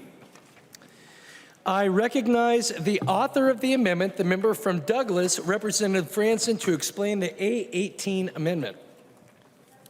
Thank you, Mr. Speaker. Members, we have a bill before us that bans therapy for sexual orientation reasons. And if that's the case, then we should be banning therapy for minors. That in essence says that you can change their birth sex with hormones and surgery. To not ban chemical castration and genital surgery is inconsistent on minors.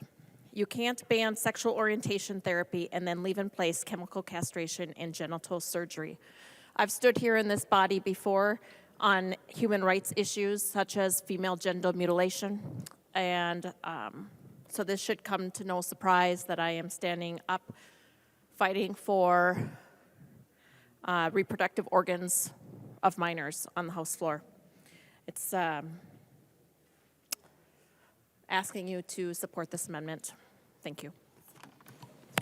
There is an amendment to the amendment at the desk. The clerk will report the amendment to the amendment. Hollins moves to amend the Franzen amendment to House File Number 16, the second engrossment as amended. The amendment to the amendment is coded A21. I recognize the author of the amendment to the amendment, the member from Ramsey, Representative Hollins, to explain the A21 amendment to the amendment. Thank you, Mr. Chair. This is a pretty simple amendment to the amendment. We've just added the word unless after after healthcare provider. So no healthcare provider unless licensed by a health-related licensing board or otherwise licensed under the law would be able to provide, gender transition care. I think this is something that we can all agree. If we are going to do gender-affirming care, the medical professionals who are doing that work should be licensed by a official board. So I hope that we can all support this amendment to the amendment. Thank you. Any discussion to the amendment to the amendment? I recognize the member from Douglas, Representative Franzen. Thank you, Mr. Speaker. First, I'd like to request a roll call on the Hollins amendment. Representative Franzen requests a roll call vote. Seeing 15 hands, there will be a roll call vote on the A21 amendment to the amendment. Thank you, Mr. Speaker and members. I think you just heard it here that that the bill author is okay with chemical castration and surgery, genital surgery on minors. We're talking about minors here. Children who do not know what they want for dinner half the time, who don't know what they want to wear to school. But those minors can consent to being chemically castrated and having their genitals surgically removed. You have to smoke, or legal smoking age here in Minnesota is 21. For alcohol, it's the age 21. We're talking about actively harmful acts. I would say that what the left calls gender-affirming surgery or gender-affirming care, which includes hormones that chemically castrate teenagers and surgery that removes their sexual organs, I would say that is actively harmful. So it's just very sad. Thank you. Is there any further discussion to the A21 amendment to the amendment? I recognize the member from Chisago, Representative New Brindley. Thank you, Mr. Speaker. I would recommend a no vote on the A21 amendment to the amendment. And I would for this reason. I'm supporting House File 16 today. I'm voting yes on the bill. And the reason for that is because I don't think we should mess around with kids. Frankly, when we heard House File 1 a few weeks ago, I was so angry that included in that language was a fundamental right for a child to choose to be sterilized. That's not okay. We should not mess around with kids in that way. Just like the underlying A18 amendment tells us that we should not allow medical gender reassignment for minors, because we should not be messing around with kids. It is our job as adults to protect children. That's why I'm voting yes on House File 16, because my belief is that that protects children. But we shouldn't pick and choose where that matters. We should protect children in this way too. You know, I think actually we had a really thoughtful conversation in committee on a very similar underlying amendment, the A18. We had, I think, what was a very thoughtful conversation in committee. Discussing the concerns that, particularly when it comes to gender identity, there is a lot of fluidity when it comes to kids. And now we're seeing a ton of research come out that kids particularly are identifying one way or the other, and they're changing that later. And so certainly this underlying amendment does not prohibit a social gender transition. It doesn't prohibit any particular gender identity. It simply says that we should limit medical gender transition when it comes to minors. And we should limit that. We should stop messing around with kids. And frankly, by voting yes on the A21 amendment, we got that. We got that protection for kids. And that's just wrong. And I get that there's a lot of inconsistency here. We want to say that kids can be sterilized. We want to say that kids can have medical gender transition, but then they shouldn't be subject to conversion therapy. It's just not consistent. It's not consistent. And we should have a consistent position when it comes to kids. And that consistent position should be protecting kids every time. Every time. We in this chamber, we in this body should be voting to protect children every time. And so I would ask, please consider a no vote on the amendment to the amendment, on this A18 amendment. It guts the underlying amendment, and it's just not right. It's wrong. We should allow a vote on the A18 amendment, and frankly, members, we should take it. We should take it, and we should make a stand today in this chamber that we are going to stop messing around with children. Is there any further discussion to the A21 amendment? I recognize the member from Ramsey, Representative Finke. Thank you, Mr. Speaker and members. Every now and then we hear a point of order that leads whoever the current speaker is to say something like, we're not allowed to question why somebody believes or says what they say. We're only allowed to question what is being offered. And I just want to rest assured that I would never want to know why I'm hearing what I'm hearing. Gender-affirming care is safe, it's responsible, it's life-saving. What we're hearing about it right now is wrong.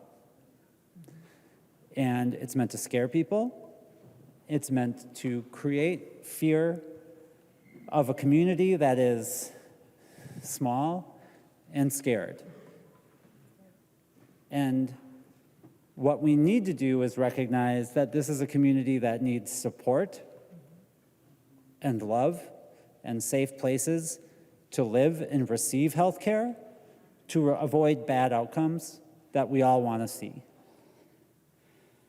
I also just wanted to take a second for everybody to hear just a reflection on what it's like to hear gender-affirming care being banned. You want to ban gender-affirming care for minors. And what you want to do is you want to make sure minors never grow up to be me. That's what that means, right? So you have a member here, more than one, who lives because of gender-affirming care, whose life depends upon it, whose life was saved by it, and who, I believe, has something to contribute to this body that hasn't been contributed before, and that's valuable. And now there's an amendment that says we don't want more people like you to exist, so please stop us from existing.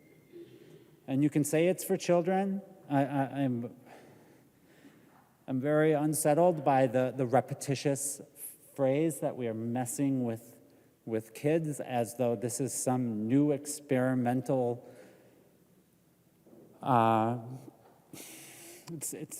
It's not new. It's neither new nor experimental. The trans community is not new. Gender-affirming care is 100 years old. The community is as old as humanity. And we can find ourselves throughout history, and we will find ourselves throughout the future. And when you come and you say, we need to ban this, we need to stop trans kids from becoming trans adults, you own the responsibility of what that's going to do to them. So we should not ban this. We should make sure we protect this valuable right to keep the most vulnerable children in this country alive and healthy. That's how we protect kids.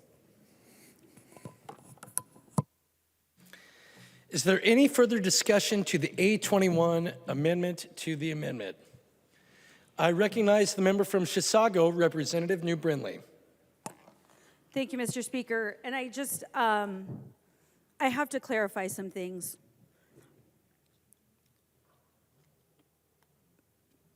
Because Representative Finke, I want you to live your best life and to be who you are. But I also recognize and I understand the data. And I understand that there are kids who struggle. And this bill does not stop, or this underlying amendment does not stop trans kids from becoming trans adults. In fact, this underlying amendment doesn't stop trans kids from being trans kids. It doesn't. But what it does say is that when it comes to medical gender transition, we should put on the brakes.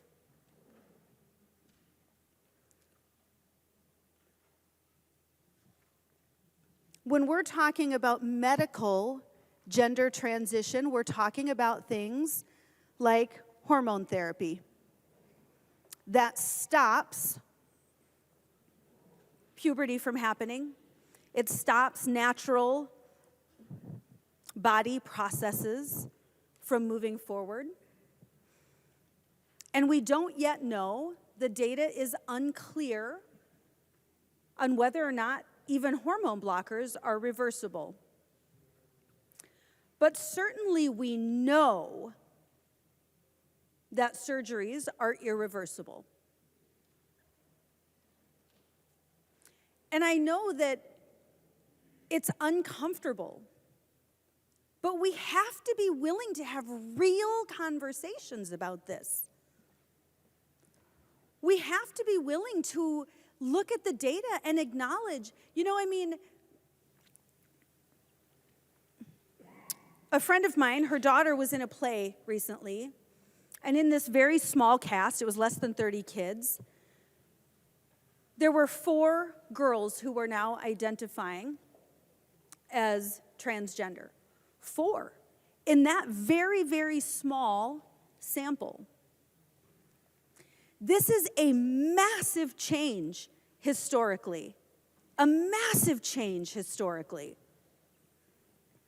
And we owe it to our kids to understand what is happening and to say, stop. We are not going to allow permanent changes to children that they can never get back.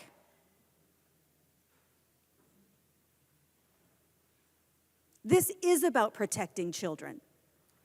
And again, my belief is that the underlying bill, House File 16, is about protecting children. But so is the A18 amendment. And we can show you study after study after study. And the studies, by the way, and the people who are speaking out on this issue, by the way, are typically people who are trans themselves and who have been working in gender clinics and who have seen the changes over the last decade and are concerned, and they think we should be putting on the brakes. This is not some right-wing conspiracy. This is data, this is testimony, these are stories coming from folks who are trans themselves, coming from folks who work in gender clinics and are providing gender-affirming care. Those are the people who are saying right now that we need to put the brakes on. That we need to put the brakes on, and we need to protect our kids. So again, I would ask you, vote no on the A21 amendment. It serves no purpose other than to gut the A18 amendment and take away our ability to protect kids. Vote no. Is there any further discussion to the A21 amendment? I recognize the member from Ramsey, Representative Becker-Finn. Thank you, Speaker. And this is also not a left-wing conspiracy. This issue is really about parents wanting to do best by their own kids. And what this underlying amendment does is it tells parents that they don't get to decide what kind of care their child needs. And, you know, whether that's Representative Cagle's kid or, you know, Representative Niska's kid or anybody's kid, we as parents should get to decide what care is right for them. How many of you know someone who's had a baby with their ears pierced? That baby didn't consent to that. That's a permanent change, but we've all decided that that's okay. Our culture says that's okay because the parents decided that that was okay, and within their household and within their family, they thought that was okay.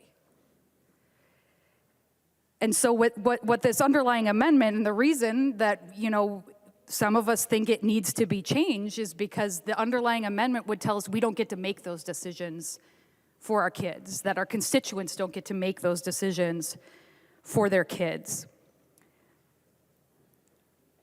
Kids know who they are. They do inherently know who they are, even at young ages. And, you know, with the reference to the changes over the last decade and we need to put the brakes on, I mean, maybe the reason there are more kids who are honest and living their true selves is because people like Representative Finke are here. And because we're talking about it and we're lifting it up, and some of us are standing up and saying there is nothing wrong with you being who you are, and your parents helping you to be who you are. You know, and I've heard the word natural thrown around, and for some kids, their own body doesn't feel natural. I understand that for some folks, that's hard to get your head around, but this is life-saving care. It is gender-affirming care because it affirms those kids and who they are. And so I just want to really ground us in that, we can attribute it to all these things like conspiracies or it's moving too fast or why are things different than they were 20 years ago. Well, it's good that they're different because kids are more free to be who they are and they aren't afraid. I didn't plan to share this on the House floor today, but I didn't know my whole life that I was queer. I thought there was something wrong with me. My whole life, I thought there was something wrong with me, and it wasn't until I started spending more time and reading queer authors and meeting queer folks and people who were brave and were themselves that I realized that there was nothing wrong with me at all. And I actually get to be more free now than I ever have been in my entire life because I'm being true to who I am, and nobody gets to tell me that I'm not. So this is life-saving, gender-affirming care, and that is why we are fighting for this, and that's why Representative Hollins has this amendment to the amendment, and I hope we can all support Representative Hollins and the good work that we're trying to do here today. Thank you, Speaker. Further discussion to the A21 amendment. I recognize the author of the amendment, Representative Hollins. Thank you, Mr. Speaker. I think this has been a really good debate. I just wanted to, in addition to, personal stories and reflections, I'm a very data-driven individual, and so I have a bunch of research because I do think it's important. I think it's important for us to recognize what gender-affirming care is. So first of all, gender-affirming care is highly individualized and focuses on the needs of an individual, and it's very age-appropriate. I talked to a number of medical practitioners and therapists about what gender-affirming care looks like, and the reality is it's not simply hormone therapy or surgeries. In fact, there was a recent study done by Reuters News, which is a incredibly nonpartisan news organization, and I know because I used to work for them. They are incredibly nonpartisan, and they have reported that there are fewer than 20 surgeries conducted on minors in a year across the entire United States, and the vast majority of those surgeries are for children that are born intersex. So that means they are not definable whether it is male or female, and therefore they feel that that surgery is necessary. So surgery is not something that is common, and it's certainly not commonly used with children. But the other thing I want to point out is that there is data from more than a dozen studies with more than 30,000 transgender and gender diverse young people that consistently show that access to gender affirming care is associated with better mental health outcomes, and that lack of access is associated with higher rates of suicidality, depression, and self-harming behavior. And it's for that exact reason that all of these different organizations support and provide age-appropriate gender-affirming care. So I'm going to read off a big list of organizations. The American Academy of Pediatrics, the American Academy of Child and Adolescent Psychiatry, the Endocrine Society, the American Medical Association, the American Psychological Association, and the American Psychiatric Association. They all have policy statements and guidelines on how to provide age-appropriate gender-affirming care. So I think we really need to move away from this notion that this is something that is permanently changing children, that it's something that's non-reversible, and look at it as Representative Becker-Finn said, this is life-changing. This is life-saving care, and we should be in support of it, because if we care about our young people, we want them to live into adulthood and a ripe old age, regardless of what their gender identity is. Thank you. Further discussion to the A21 amendment. I recognize the member from Anoka, Representative Scott.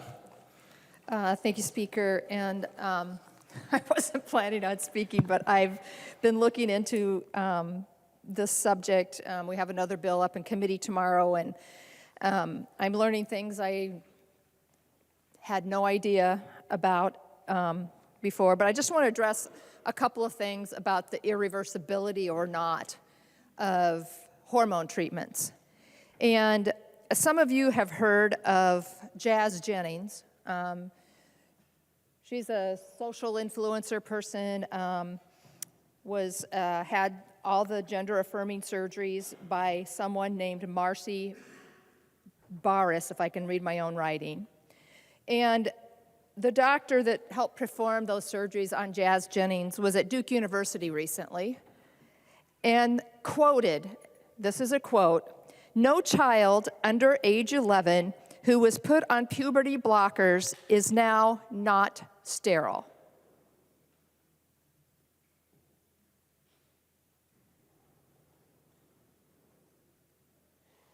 That's someone that does this for a living.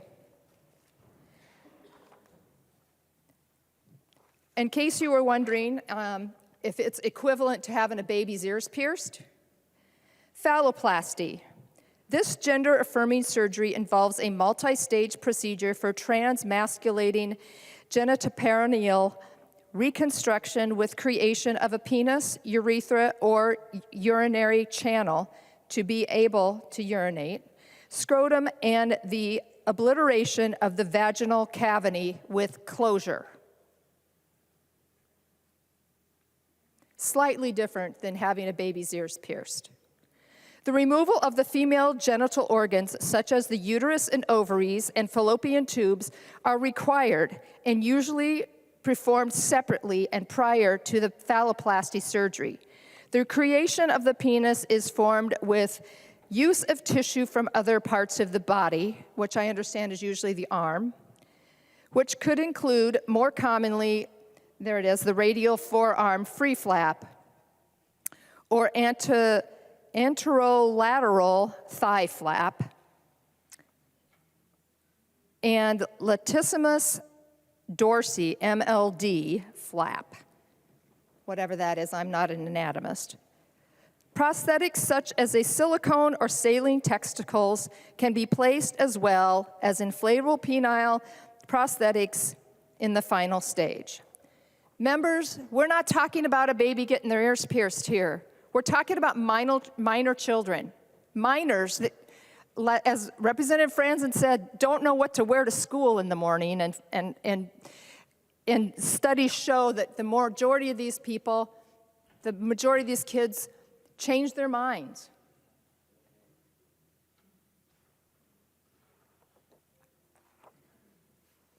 We need to protect our kids. It's what we used to do. When they're an adult, let them make this decision.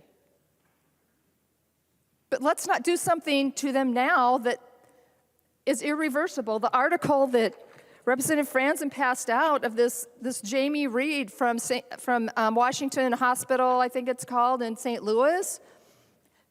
She had a young girl, I think she was 15 or 16, and she came in, had both of her breasts removed, and a short time later decided that wasn't what she wanted to do. She came in, she was pregnant, so she will never be able to breastfeed her child. It's not okay.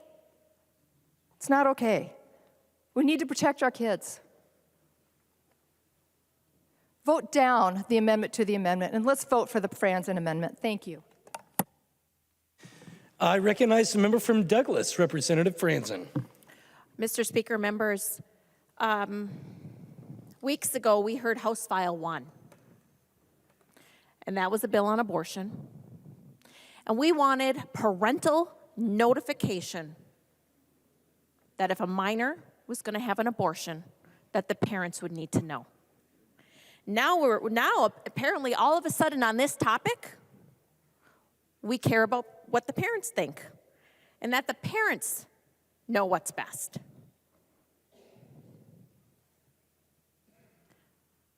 My amendment is about protecting kids.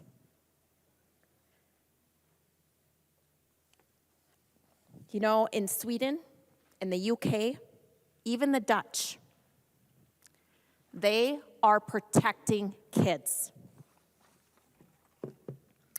The Dutch, let's see, there's an article here. Following extensive scientific evaluations of the treatments, health authorities in Sweden, Finland, and UK have decided to emphasize psychological treatment in children and to prescribe puberty blockers only in very severe cases. in this article that I handed out. Definitely not a right-wing person, not right-wing at all. I thought I was saving trans kids. Now I'm blowing the whistle. She's married to a trans man and together raising 2 biological children from a previous marriage and 3 foster children that she hopes to adopt. Toward the end of the article, quote, given the secrecy and lack of rigorous standards that characterize youth gender transition across the country, I believe that to ensure the safety of American children, we need a moratorium on the hormonal and surgical treatment of young children with gender dysphoria. There is nothing hateful about that amendment. There's nothing hateful about it at all. Children need to be protected.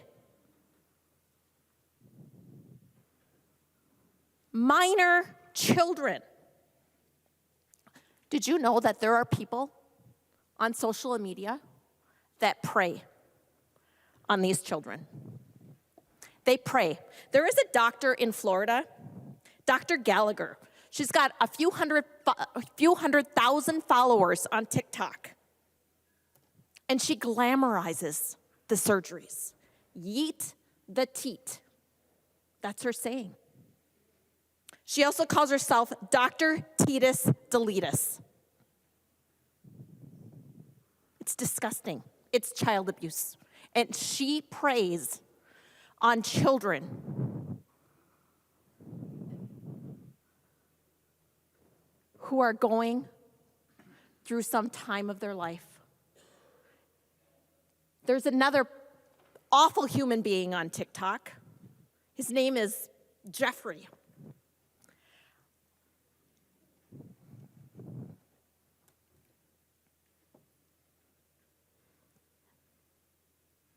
These are real kids that are being preyed upon.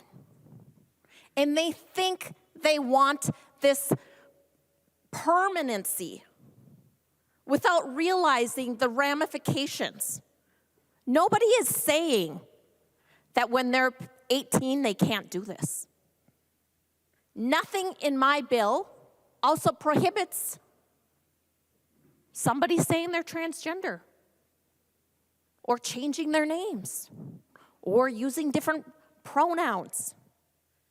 It bans medical surgeries of minors. That should be an easy yes vote. So I don't understand how it is that this body in 2017 voted to protect girls from female genital mutilation.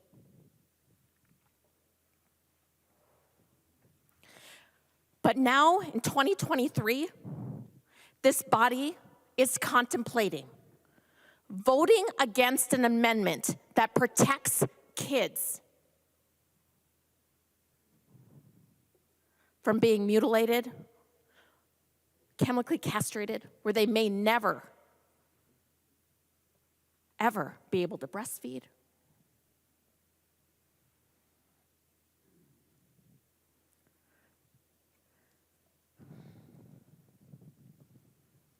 I ask that you put away your political bias, your political ideology, your gender ideology. Point of order, Mr. Speaker. Representative Long, state your point of order. Mason's 124 motives of a member are not subject of debate. I will remind members that under Mason's 124, in the debate, a member must confine their remarks to the question before the House, which for us right now is the A21 amendment to the amendment, and to avoid personalities, and that it is not the person but the measure that is the subject of our debate, and it is not allowable to arraign the motives of a member. Representative Franson. Mr. Speaker, members, there was nothing about motives, but the Dutch study It seems like some people want to go back to the Dutch study. Well, there were some problems in that Dutch study. Problems ranged from erroneously concluding that gender dysphoria disappeared as a result of gender affirmative treatment to reporting only the best case scenario outcomes and failing to properly examine the risks, despite the fact that a significant proportion of the treated sample experienced adverse effects. There are countless stories from real human beings who are screaming to be heard as they went from trans and now they call it detrans. And guess what? They are not getting the help. They are being ignored. Well, this body today should vote down the Hollins Amendment and then vote for the Franson Amendment. Because in this body, we protect kids. Thank you. I recognize the member from Ramsey, Representative Fisher. Thank you, Mr. Speaker. And I rise to speak in favor of the Hollins Amendment because if you really want to protect kids, you would vote for that amendment. And I'll talk about this from the experiences I've had. I've had the privilege for the last 15 years to work with and support youth who've been homeless. And a number of the things that I've seen over time have been sometimes very painful and been very rewarding. One of the things that I do know is that some of the kids that we've worked with over time have dealt with and struggled with gender identity issues. Some of them come to us because they're no longer welcomed in their homes. Some of them come to us because they've been safe nowhere else, and as a result, they're homeless. Some of the hardest things is when we have kids come to us who have been struggling with this issue and have been demonized over process. They are usually suicide. It's not unusual. They may be contemplating suicide. It may not be unusual that they're doing self-harm in the process. The hardest thing is when we lose a kid that way, because right now we have kids that die because they're not able to get the medical help that they need. And that is one of the hardest things when you see a kid who's got a great potential of a great future in front of them, not to be able to receive the treatment they need and die. It's heart-wrenching to everybody that surrounds them. And at the same time, I have seen the wonderful opportunity of what happens is when a child is able to receive the treatment that they need, the medically sound treatment, and to watch them blossom and grow. There's nothing more rewarding than seeing these youth grow and blossom, and then the support that they receive and see them move forward, becoming stably housed, becoming stably employed and educated in our economy. And that's what the Hollins Amendment would do, would allow that to occur. It would prevent the suicides that are happening from the kids who are being demonized and preyed on and not being able to accept it for who they are and who they know they are. And that's why I raise and ask for a green vote on the Hollins Amendment, because that's, if you really want to save kids, that's what you should be doing. Is there any other member seeking recognition for discussion on the A21 amendment to the amendment? Representative New Brindley. Thank you, Mr. Speaker. And I will just be brief. We're hearing a lot of red herrings when it comes to this amendment, the amendment to the amendment, what the underlying amendment does. We're hearing a lot of red herrings. We're hearing about gender-affirming care. We're hearing about stopping trans kids from becoming trans adults. I was glad to hear that we suddenly care what parents think. That was not the case. That has not been the case, typically, in this body with the current majority. But the arguments we're hearing against this underlying amendment are red herrings. This underlying amendment does not prevent gender-affirming care. It doesn't. It does not stop anyone from receiving gender-affirming care. What it does do is say that as part of that gender-affirming care, we should understand that medical gender reassignment has permanent consequences, consequences that children should not get to decide on.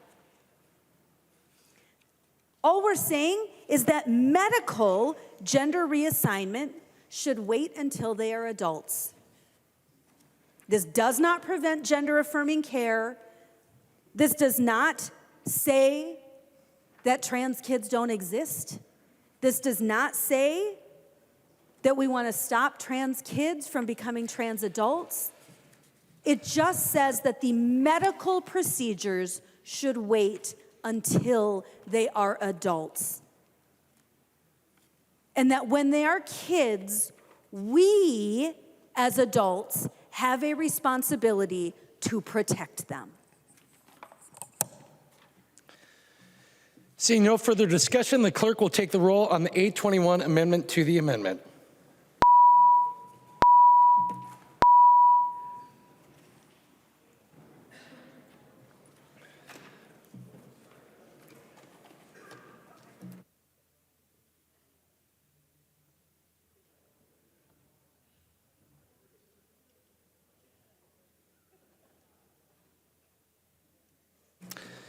The clerk will close the roll.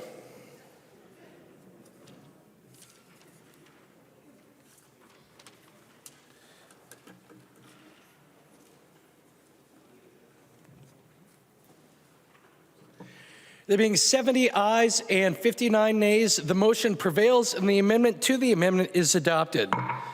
Members, we are now on discussion of the underlying 821 amendment as amended. I recognize the author of the amendment, the member from Douglas, Representative Franzen. Mr. Speaker and members, what a sad day in this House floor. I withdraw my amendment. Representative Franzen withdraws the A18 amendment. There are no further amendments at the desk. The clerk will give the bill its third reading. Third reading, House File number 16, as amended. Third reading as amended. Discussion to House File 16 as amended. I recognize the member from Hennepin, Representative Kraft. Thank you, Mr. Speaker, members. In March of 2021, while on St. Louis Park City Council, we actually adopted a resolution asking the state to ban the practice of conversion therapy. And now that I'm serving in the legislature, I'm proud to be able to get to vote to ban it. As was already said, we should start by recognizing that even calling this conversion therapy is a misnomer. It's not therapeutic. It's a discredited practice opposed by the American Medical Association, the American Academy of Pediatrics, and the American Psychiatric Association. It's been shown to cause serious and dangerous harm to those who undergo it, including depression, anxiety, lowered self-esteem, alienation, and increased suicidal behaviors. I'm really hoping that this should not be a hard vote for anyone. I have people in my life, as I imagine most of us do, who don't identify with strict male-female gender roles and definitions. They don't need harmful treatments.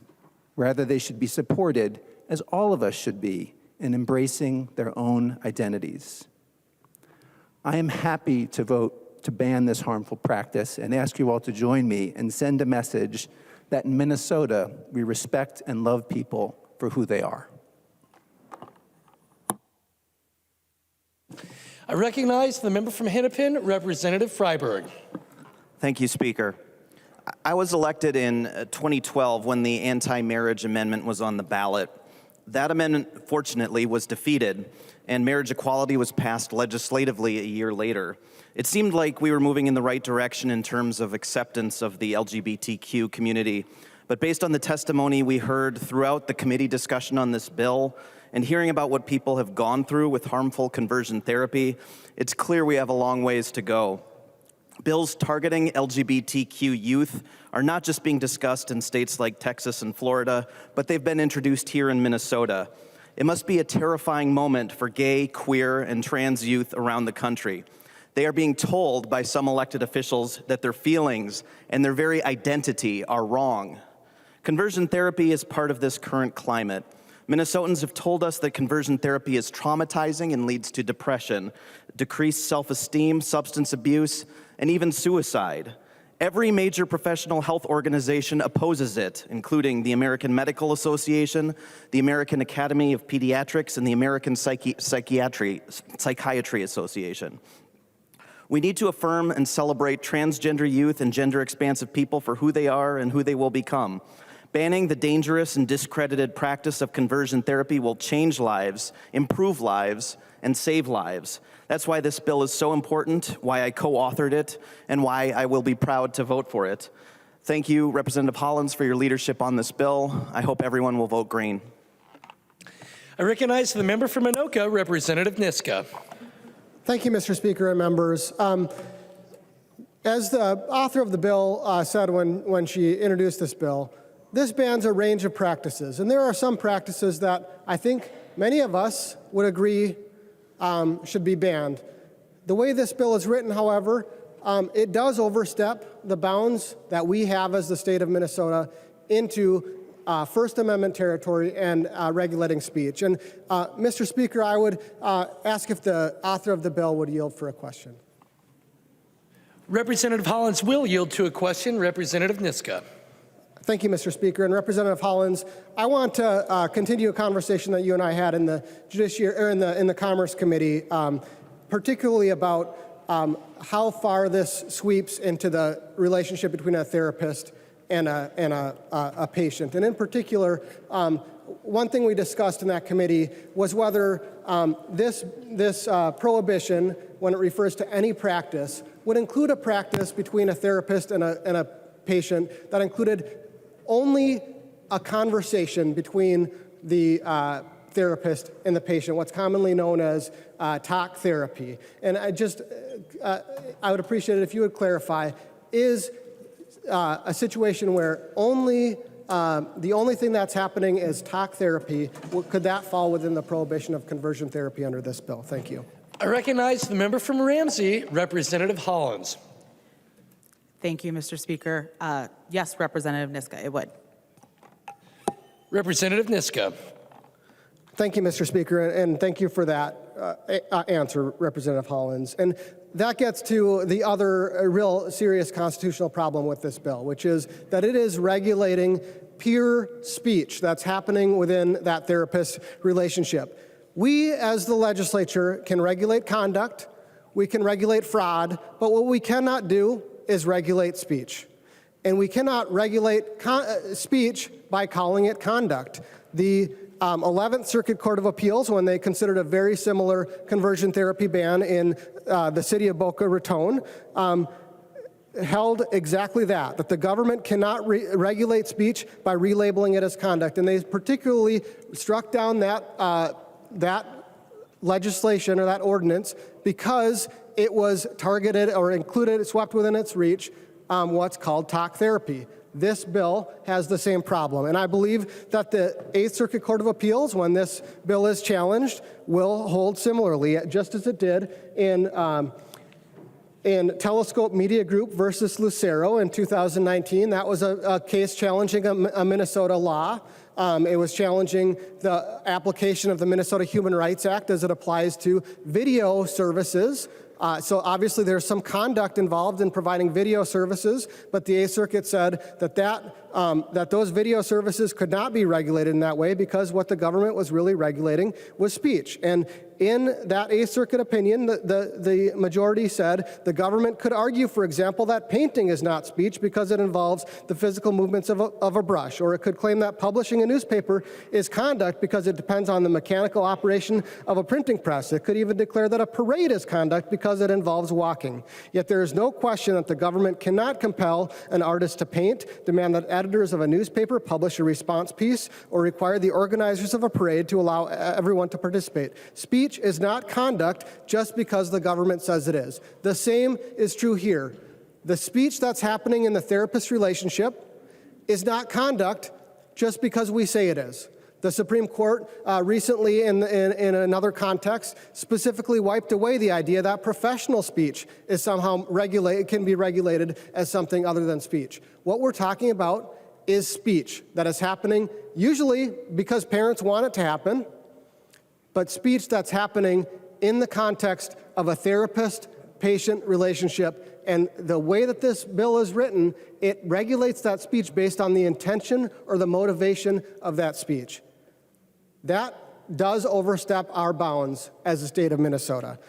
Just as us declaring that certain opinions are consumer fraud also violate our Constitution. So, members, again, on January 3rd, all of us, except for I think Representative Bliss wasn't here, all of the rest of us raised our right hand and we swore that we were going to uphold the Constitution of the United States and the Constitution of the state of Minnesota. Representative Bliss did make that same oath the next day, I believe. But we all swore that oath, and we should take that oath seriously. We should be very, very careful when it comes to telling people what opinions they can and cannot express. We need to be very mindful of the fact that the First Amendment applies in all directions. An opinion that we are regulating today might not be the opinion that a trifecta tomorrow decides they want to regulate. But the First Amendment protects all of those opinions. So I would hope that we could universally support the First Amendment. And I hope that we can consider the burden that we're placing on our state, that we're placing on the State Attorney General's office when we pass unconstitutional laws, and that we consider the fact that what this is really going to do is it's going to transfer money from our state treasury to the lawyers of the folks who bring the challenge and win that challenge. Federal civil rights law is going to require the state of Minnesota to pay their attorney's fees when they win. So, members, we could start over and write a bill that's tightly focused on regulating conduct, that fits within our constitutional bounds, but the bill we have before us is not that bill. The bill we have before us is unconstitutional. It regulates speech on the basis of viewpoint, on the basis of content, and that's something that we as the government cannot do. So, members, for the sake of the Constitution, for the sake of the First Amendment, I ask you to vote no on this bill today. Thank you. I recognize the member from Ramsey, Representative Curran. Thank you, Speaker, and thank you, Representative Hollins, for carrying this bill this session. Members, I rise for the first time on this floor to talk about an issue that is deeply personal to me. I grew up in a world where being gay could get you dirty looks, awful nicknames, rejected from friendships, jobs, harassed in public, beaten, kidnapped, or murdered. Folks, this is the reality of being queer in America today. Because time and time again, people in power fail to protect our most vulnerable. If it doesn't affect you, it's easy and convenient to just leave it alone. This time around, we are in the room in record numbers. We ride elevators with colleagues and talk about our weekends. We break bread together, and we spend long nights away from families as we continue to work through blood, sweat, and tears to justify our existence. How many of you second guess holding your spouse's hand in public? How many of you get advice from strangers on which public restroom to use? And how many of you with wives are often asked, is it because you couldn't find a husband? This is the reality of being queer in America. And it comes from the notion that people can be abused into conformity. I want to draw attention to the effects of so-called conversion therapy, which should actually be referred to as abusive brainwashing, because that's what it is at its core. Washing a person's brain of who they are to make them live in a way the abuser sees fit. Living in a world where this abuse happens and is openly justified is terrifying, especially for our young and most vulnerable neighbors. We know that LGBTQ2S+ youth experience depression and suicidal ideation at much higher rates than others. And we know that conversion abuse leads to more depression and more death. It's hard to accurately describe how kids feel, especially kids in the queer community. So over the weekend, I was able to get information from the source. I want to share a few words from the journal of a young 15-year-old kid, someone shy, artistic, talented, funny, but feeling the need to hide or be rejected, and living in fear daily, knowing others believed in abusing people like them. I suppose I should write about my feelings. They're so complicated right now. I just don't know if I'm afraid to write them or afraid to face them. I have to go back to school tomorrow. I hope nobody finds this diary. I'm so dead if they do. I'm just gonna list my feelings: anger, depression, anxiety, love, hate, happiness, sadness, disgust, lust, pride, and I'm scared. Afraid of so many things. I haven't really cried my feelings out in a long time. I can't remember the last time. I keep having this feeling that it's selfish to cry. I know it's okay to, but I just can't. There's one person I want to tell all of this to. I think of them all day, every day, even in my dreams. I'm just not ready to write their name. This next entry: today was a good day. I didn't feel the depression set in as much as usual. For some reason, I started feeling really depressed during school today. I want to sleep. I'm so tired. I feel like such a disappointment.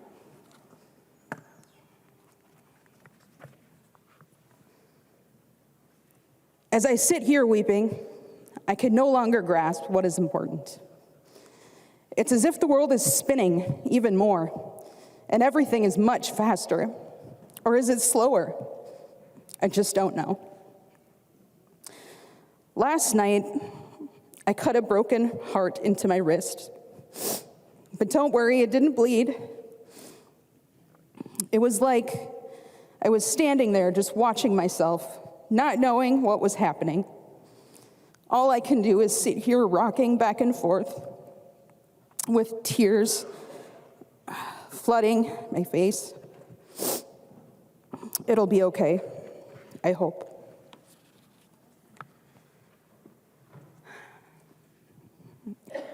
I must say, it has definitely been the worst year of my entire life. So what, 1.5 decades? Hell of an accomplishment.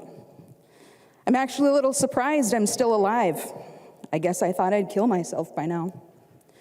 You know, I'm not sure of anything anymore. What I wrote last time isn't entirely true. I was just trying to tell myself that it'll be okay, but it's not. And I'm not straight, bisexual, or gay. I'm me, damn it. Some year it'd turn out to be, huh?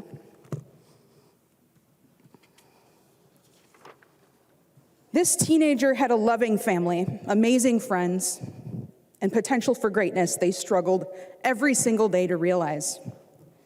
15 years old, feeling lucky to be alive in a world where people could and did try to mentally and physically abuse the gay out of people.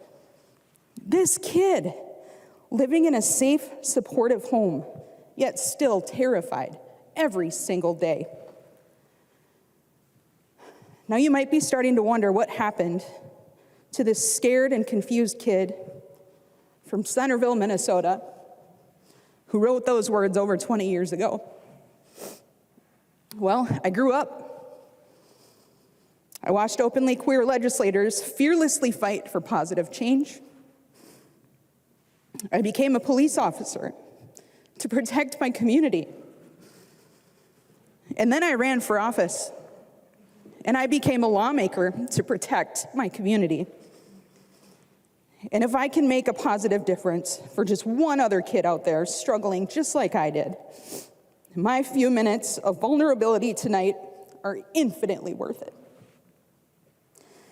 The very idea that a core part of my identity that I've had from birth, a part that makes me feel whole, is somehow allowed to be manipulated into disgust, touted as a moral defect, and openly subjected to abuse is absolutely beyond belief. And when I was 15, it made me feel like I had no place on this earth. I felt pressured to leave it. But I'm one of the lucky ones. I made it through alive.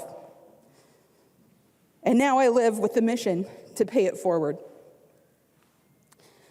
So here we are with an incredible opportunity in front of us to show our communities that we have their backs.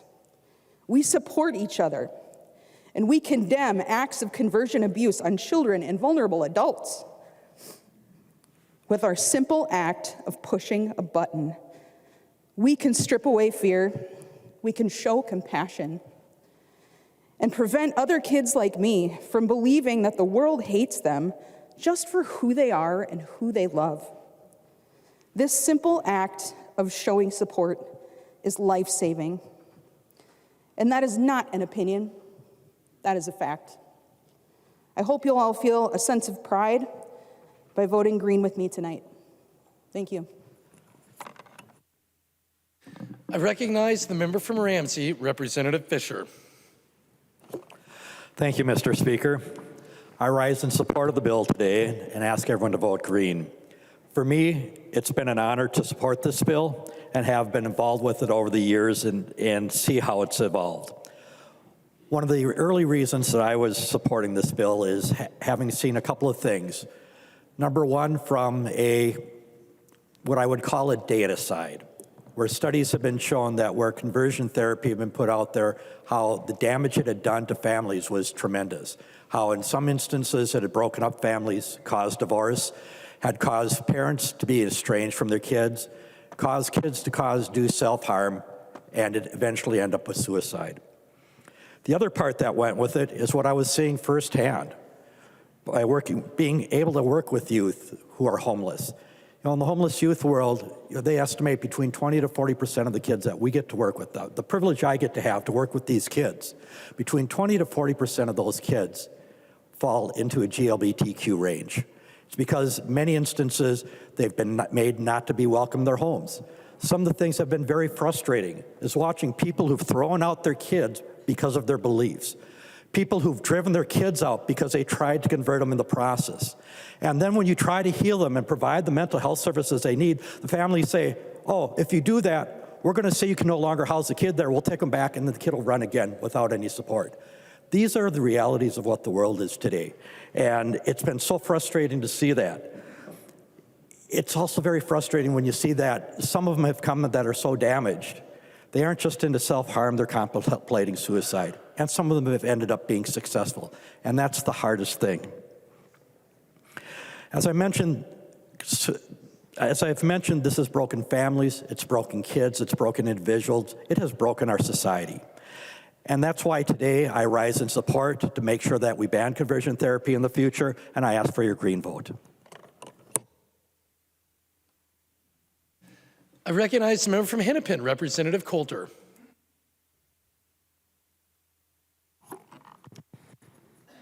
Well, thank you, Mr. Speaker. I was very undecided about whether or not I wanted to speak on this bill, partly because I did a lot of talking last week, and I'm pretty new here and didn't want to wear out my welcome, but also partly because I wasn't sure how much this was my space to take up.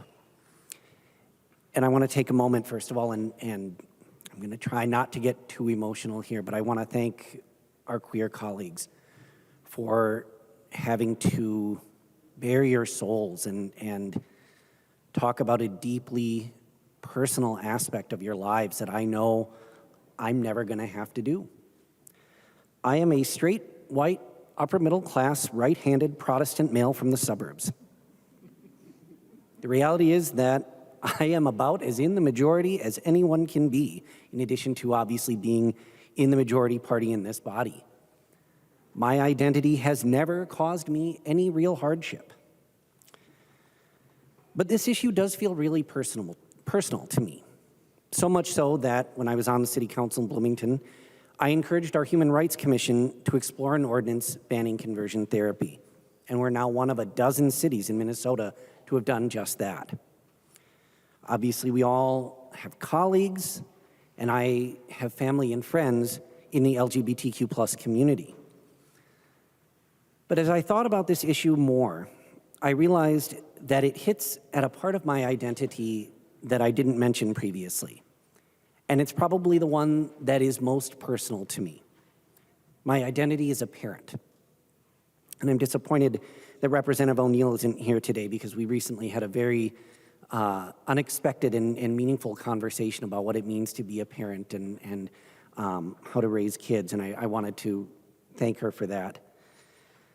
I've been a parent for 4 years, 4 months, 1 week, and 1 day. And while I've learned a lot, I make absolutely no claim of being an expert on parenting. But there is one thing I am sure of. The most important thing a parent can do, job number 1, is to love your kids no matter what. At the end of the day, that's what this bill is about. Ensuring that we all love our kids for who they are, no exceptions.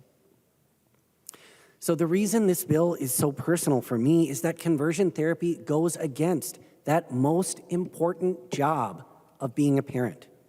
Conversion therapy tells kids that you need to change who you are as a person because according to someone else, who you are is wrong.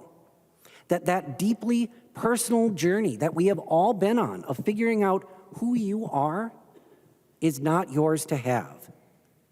And it does so by relying on bunk science. And if I weren't on the floor of the House of Representatives, I might use a much more profane term. I've often said that being a parent is the best thing I've ever done, and the hardest. My kids frustrate me. They tire me out. They confuse me, sadden me, even anger me. But no matter what happens on any given day, I wake up every morning thinking about what I need to do to make sure that my kids know that their mom and I love them. The big things, like making sure their basic needs are met, and the little things, like singing songs and reading books and baking cookies together. Every Minnesota kid deserves to know that they are loved. Colleagues, please love them. Love them all. And the final argument I want to make is this. In the few times that I've spoken on this floor, I really haven't tried to persuade anyone, and I honestly don't know if I'll be successful or not. But I want us all to consider something. We are all representatives for our districts, but we're also representatives of our districts. The things we say and do, the votes we take, reflect on our communities and our constituents. Over the last few weeks, we've heard a lot of talk about which organizations are watching which votes, about what our constituents are paying attention to, about what factors may attract people and businesses to certain areas. Madam Speaker, point of order. Representative Koznick, for what purpose do you rise? I rise under Mason Section 1.2, personalities not permitted in debate. I offer advice that in numerous speeches by members, our personalities and motives have been called into question, whether we love a child or not, or whether what organizations we're supporting. And would encourage the speaker to remind the members to keep their remarks to the bill at hand. Thank you. Representative Coulter, you have the floor. Thank you, Madam Speaker. I know we've heard at least once that the chamber is watching. You know who else is watching? Young people. I like to think that I'm still a young person, even if I don't always feel that way getting out of bed in the morning. And here's what I know. Young people vote our values, and we vote with our business and our feet. So in the time we have before the board opens up, I hope we'll all take a moment to reflect on what our votes say about who we and the people we represent really are. Not just to those of us in this room, but to everyone out there with a future ahead of them. If you think future generations are going to grow less accepting of our LGBTQ+ neighbors or more accepting of efforts to cast them out of our society, I'm supremely confident in saying that you will be proven wrong. And those future job creators, teachers, doctors, nurses, and farmers, the ones we spend so much time and money trying to figure out how to keep them around, they're going to be the ones to do it. Conversion therapy is damaging, dangerous, and discredited. It is also profoundly contrary to our values as Minnesotans. We have an opportunity tonight to show that, and I hope we'll all take it. In some, what I can only call remarkable or fortuitous timing, last night, I stumbled upon this quote from someone that I continue to learn from, Mr. Rogers.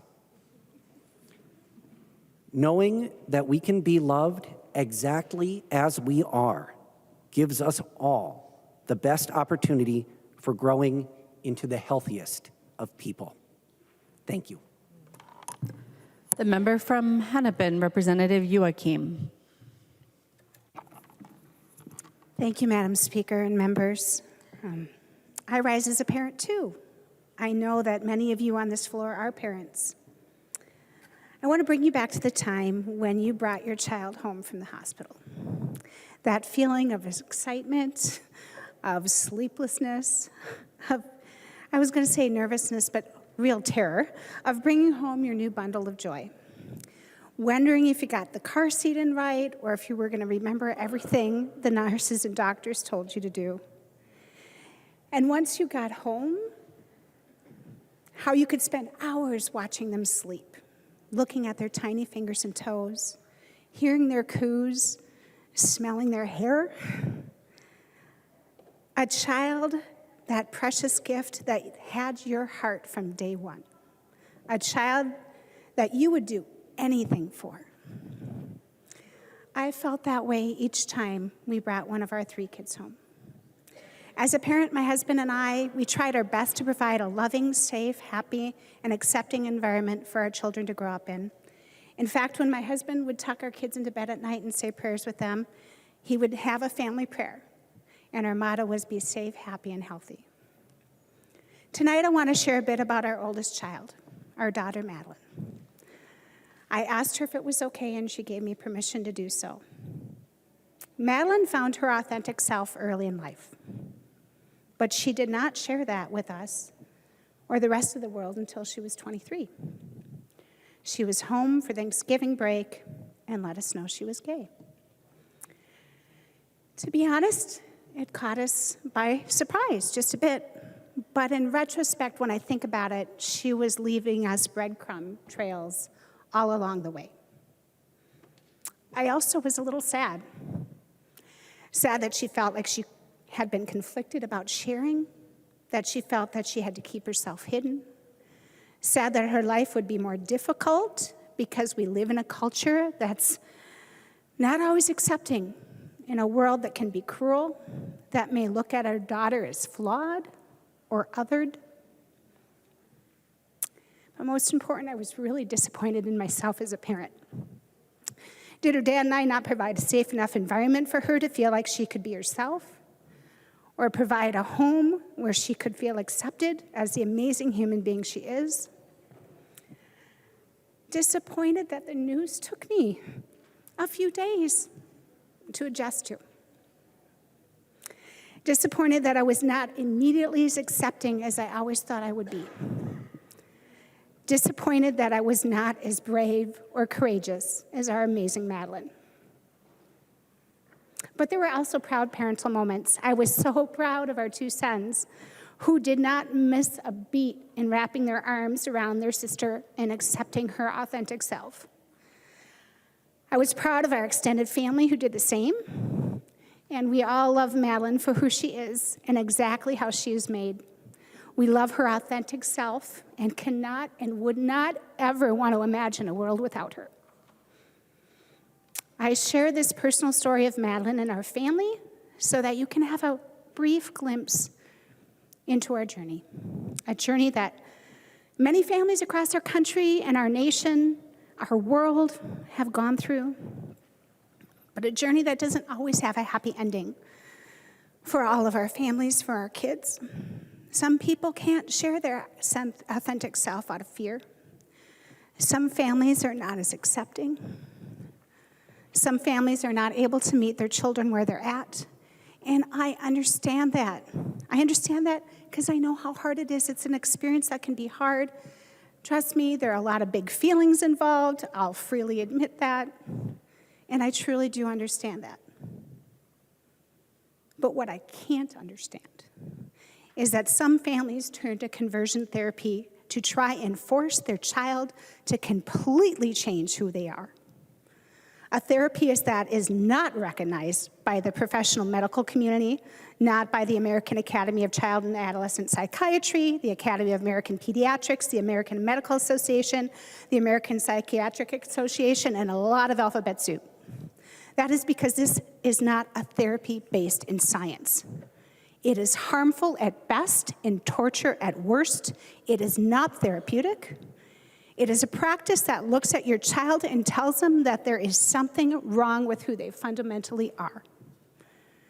Conversion therapy is destructive and has no place in adolescent treatment or any treatment. We have heard that many times over from medical professionals and from those who have been subjected to conversion therapy. We need to pass this bill to ban this procedure that not only causes harm to our children, but makes the world less safe for them. It feeds the fear and the hatred of our Minnesotans that are part of our LGBTQ+ community and makes our state less safe for those children, for my daughter Madeline, and for so many others. Members, please join me in voting green. Our children are precious just the way they are. The member from Olmsted, Representative Smith. Thank you, Madam Speaker. Let me first say to all the members of the House who have been vulnerable tonight, thank you so much for your incredibly powerful stories and sharing them. I wanted to speak a little bit to the religious freedom angle on this bill because I've received a lot of letters, I've talked to a lot of people in person, and the thing I hear most from my constituents is nervousness around the issues of religious freedom and this bill. So I thought it would be important on this floor to talk about that. I'm new here as well, like Representative Coulter, and so many of you might not know, I was trained as a religious leader. I have a BA in theology, a master's of divinity, licensed to preach in the Presbyterian Church. I love religious freedom. I love religious expression and the power we have in this country, the freedom that we have to worship as we see. But this freedom is not a freedom to harm. Religion is an incredibly powerful force in this world. It incorporates so much of who we are as people. It's part of our identity. It's part of our family in most times. It's part of our community, our closest friends, our closest connections. It's our philosophy. It's our morals. It's why we live life. It's our hope for the future. It's incredibly powerful. And it's incredibly powerful, by the way, for the LGBTQ+ community as well. 1 in 5 say that religion is incredibly important to them.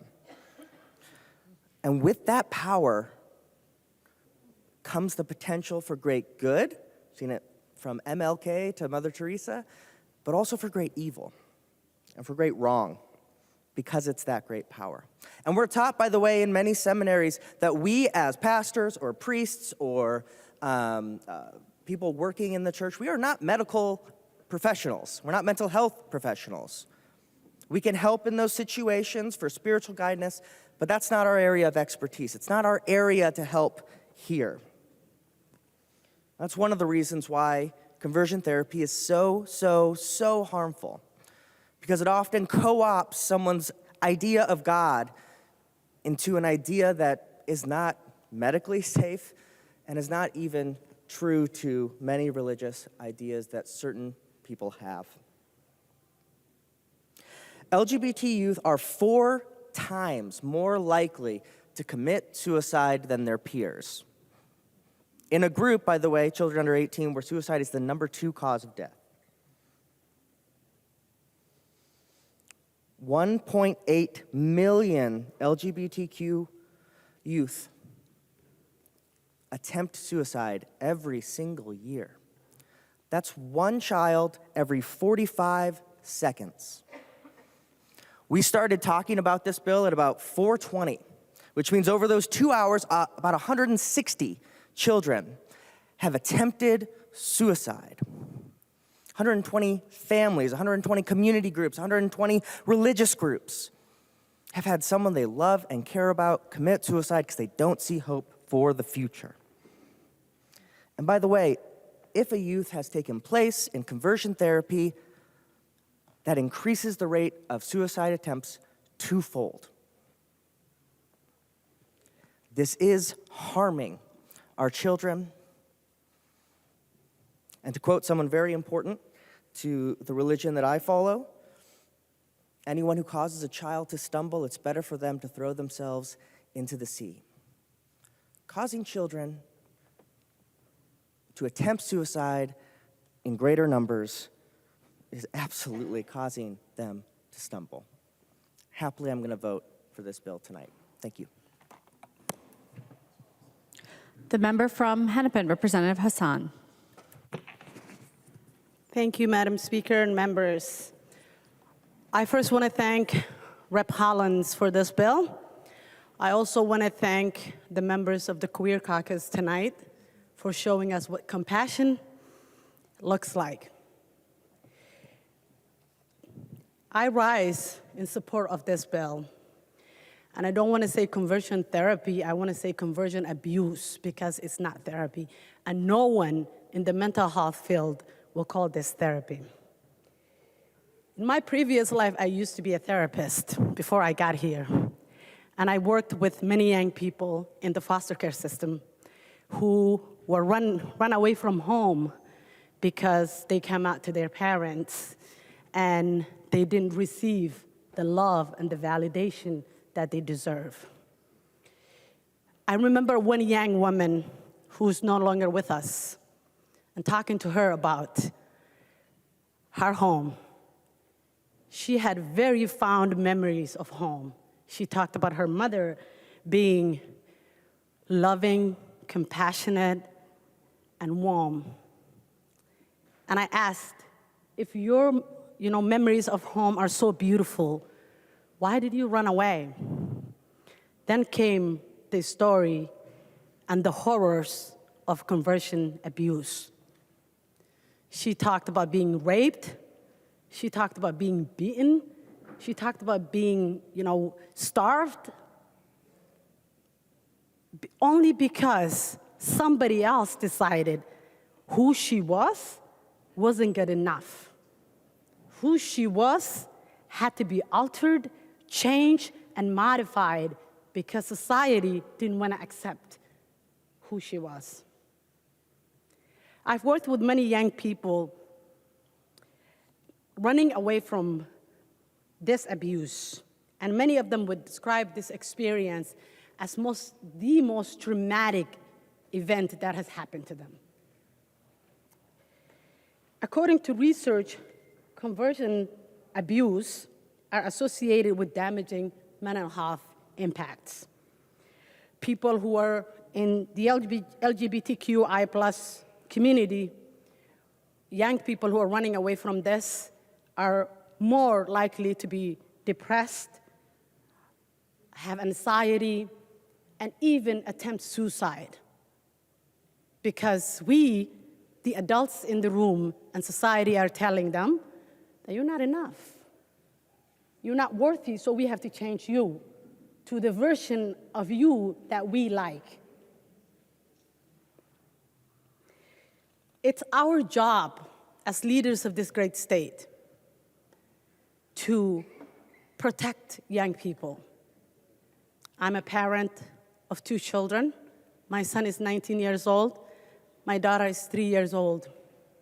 As a parent, I cannot imagine putting through that abuse, my children through that abuse, because something about them doesn't fit my ideal society. I say ideal because it's our falsehood of what society is supposed to be. God has created all of us. Many of us believe in religion. Then every version of us must be true. Every version of us must be acceptable to the rest of us.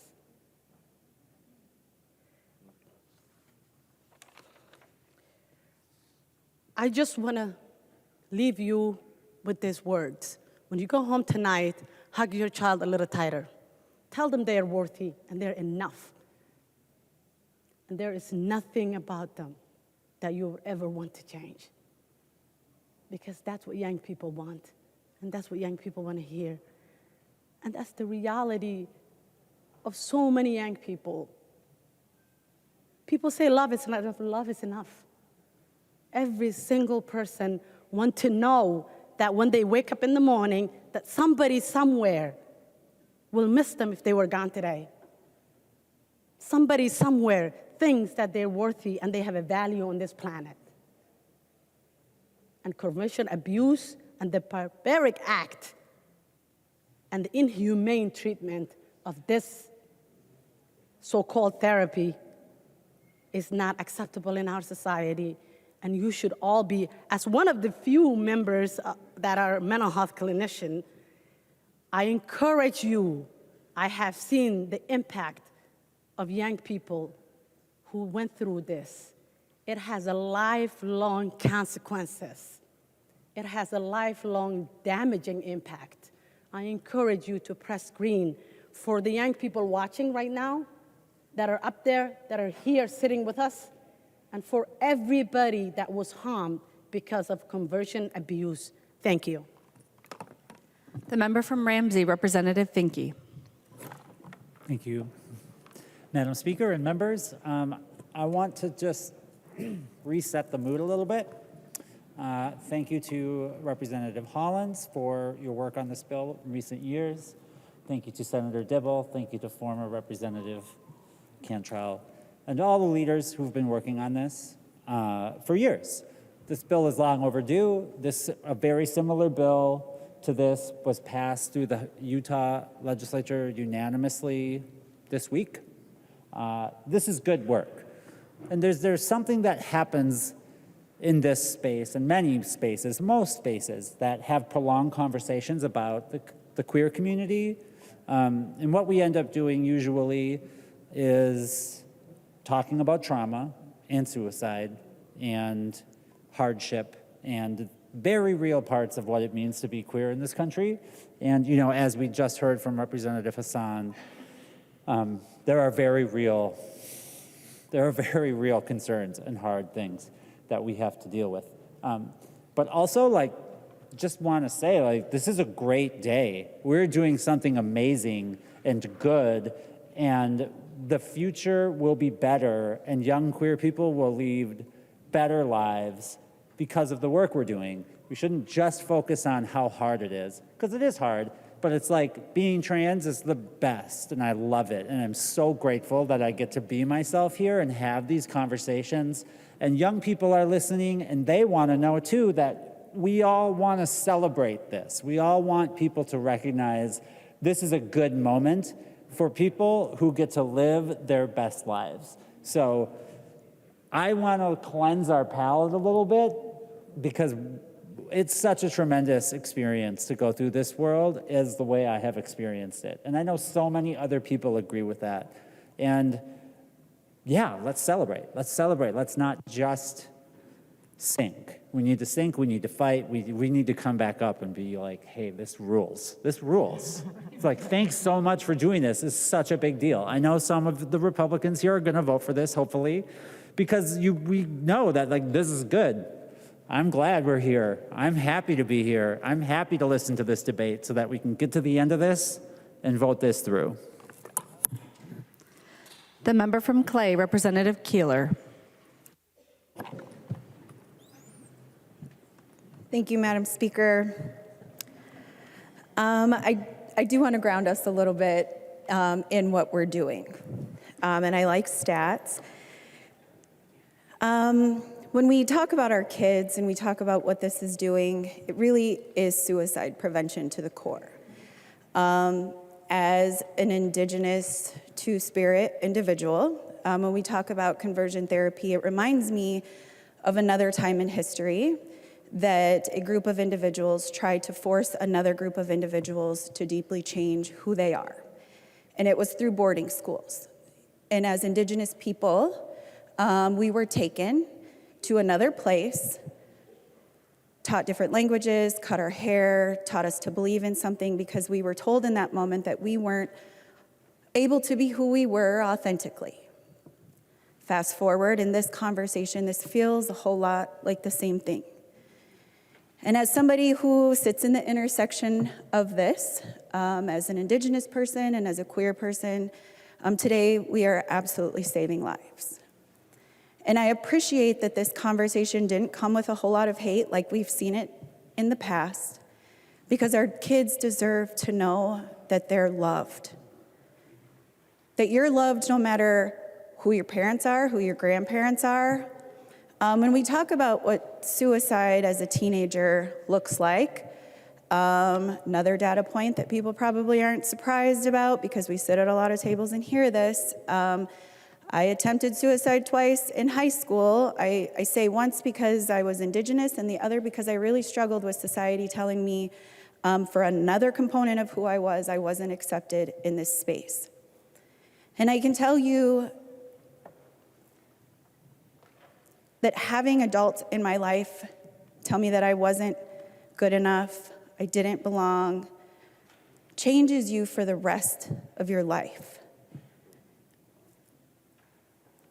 So I know that we don't need the other side's votes to pass this. We got this, and it is a really good day. But I want you to think about future generations, and I remind us this as the Indigenous point of view, that what we do today impacts 7 generations. And you will be on record for future generations that you don't know. And be really mindful that we set standards here for decades. And today is a good day to vote green for suicide prevention and support so that every Minnesotan moving forward can be unapologetically, authentically themselves through and through. Thank you, Representative Hollins, for taking this on. I will put my name on a line next to yours any day to fight for our kids. Thank you, Madam Speaker. The member from Ramsey, Representative Perez-Vega. Thank you, Madam Speaker.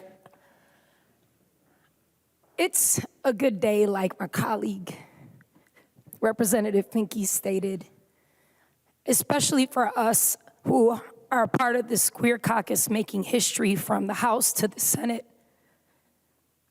And I want to highlight the beautiful queer community of Minnesota that has been there for us children who went to school, facing parents who are the complete opposite parents that I grew up with. Facing the challenges of those students and their parents who would mock and call us freaks.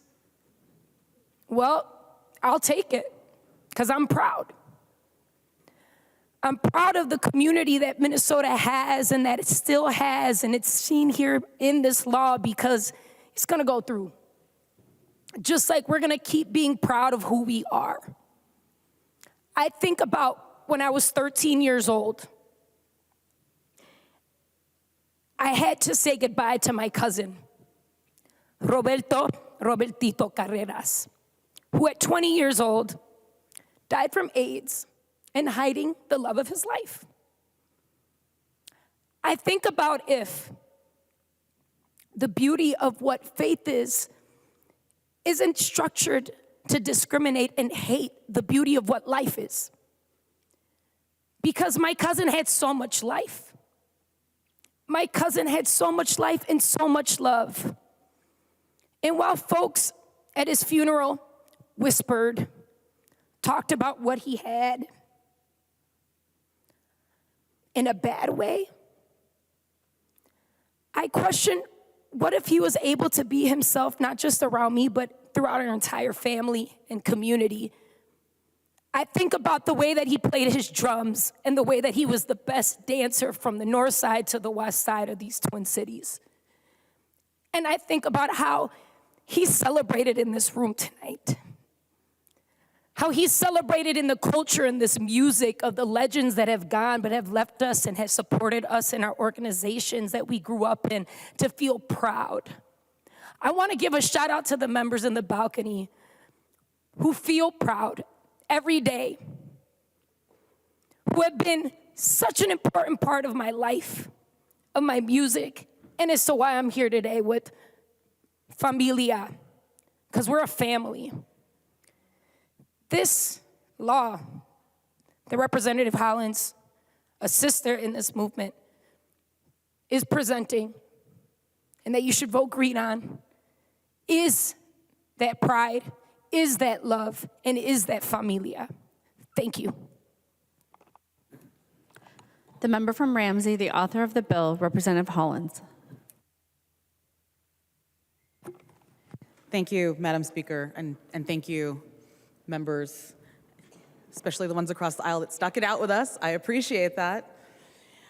I am so filled with gratitude today. I'm thankful to the many testifiers that came to our committee hearings and shared their painful experiences. I'm grateful to the advocates and organizations that have supported us through this journey for years, right? Not just this year, but for years and years. I want to give a special thank you to Representative New Brindley and other members of the GOP caucus who have worked with me to try to make this a bipartisan effort. I appreciate that. I really do think that we have a mutual understanding of that we want what's best for our kids. We might not agree with what that looks like, but I think we ultimately want to take care of our children. And I am so acutely aware of the fact that I am simply one person in this very large, very long-standing issue.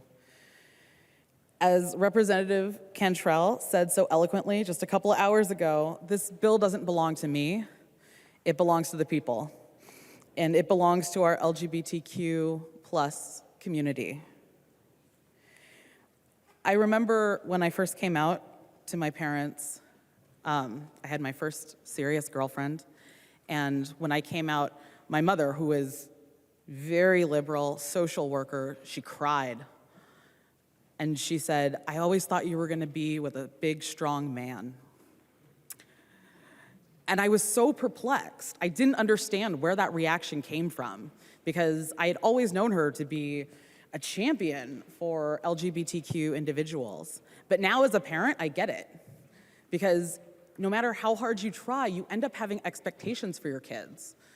Wrong or right, like maybe you think they're gonna be a doctor or you think that they are going to, live in a house in the suburbs or something, and they defy your expectations. It never fits the way you think it's going to. And that's in particular why I like this bill. Because what I see when I look at this is not just the harm it causes to kids, but the harm that it causes to families. The fact that being afraid, being scared of what your child has come out as could lead you down a path that is destructive to them, that's destructive to you, that's harmful to your bank account. I think it's so important that we protect Minnesotans against that and allow folks to just be themselves. And that's really what I see in this bill. It's an opportunity to help us protect all Minnesotans. And we've heard a lot tonight about protecting folks and protecting our Two-Spirit and LGBTQIA+ community members. But I also want to acknowledge that this is a celebration. And it's a celebration of allowing people to be exactly who they are, to live full, beautiful lives as themselves, and that we, as a body, are acknowledging that that's okay, and that we love you. No matter how you are, no matter what you identify as, we love you. And that's all I really want for everybody in the whole state of Minnesota, but especially to my queer LGBTQIA+ family. I want them to know that you are fine exactly the way you are and that you are loved. Every time I have this bill heard in committee, I get emails from parents, from young people saying, wow, you heard me. You're telling my story. The people who are testifying in the room are telling the story of the things that I have experienced, and you care. And they are people from across the entire state. I've had parents reach out to me and say, I showed this video to my kid because they need to know that there are people at the Capitol who care about you. And I just think that's so beautiful. And I really hope we can continue that message of caring tonight by voting green. So thank you all so much. I appreciate the time. I appreciate all the effort that's gone into this work. And please do support House File 16. Thank you. The clerk will take the roll.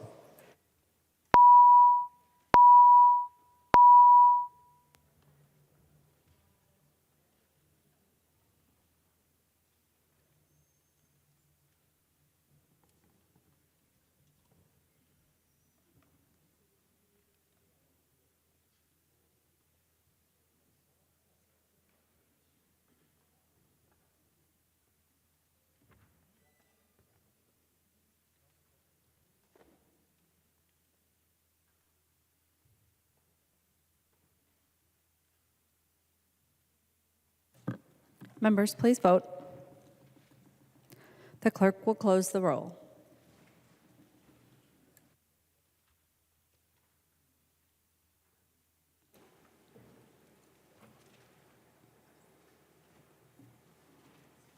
There being 81 ayes and 47 nays, the bill is passed as amended and its title agreed to.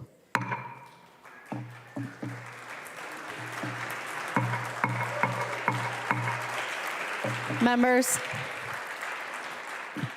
motions and resolutions. There are copies of the non-controversial motions at the House desk and online. If there is no objection, we will take action on these motions first.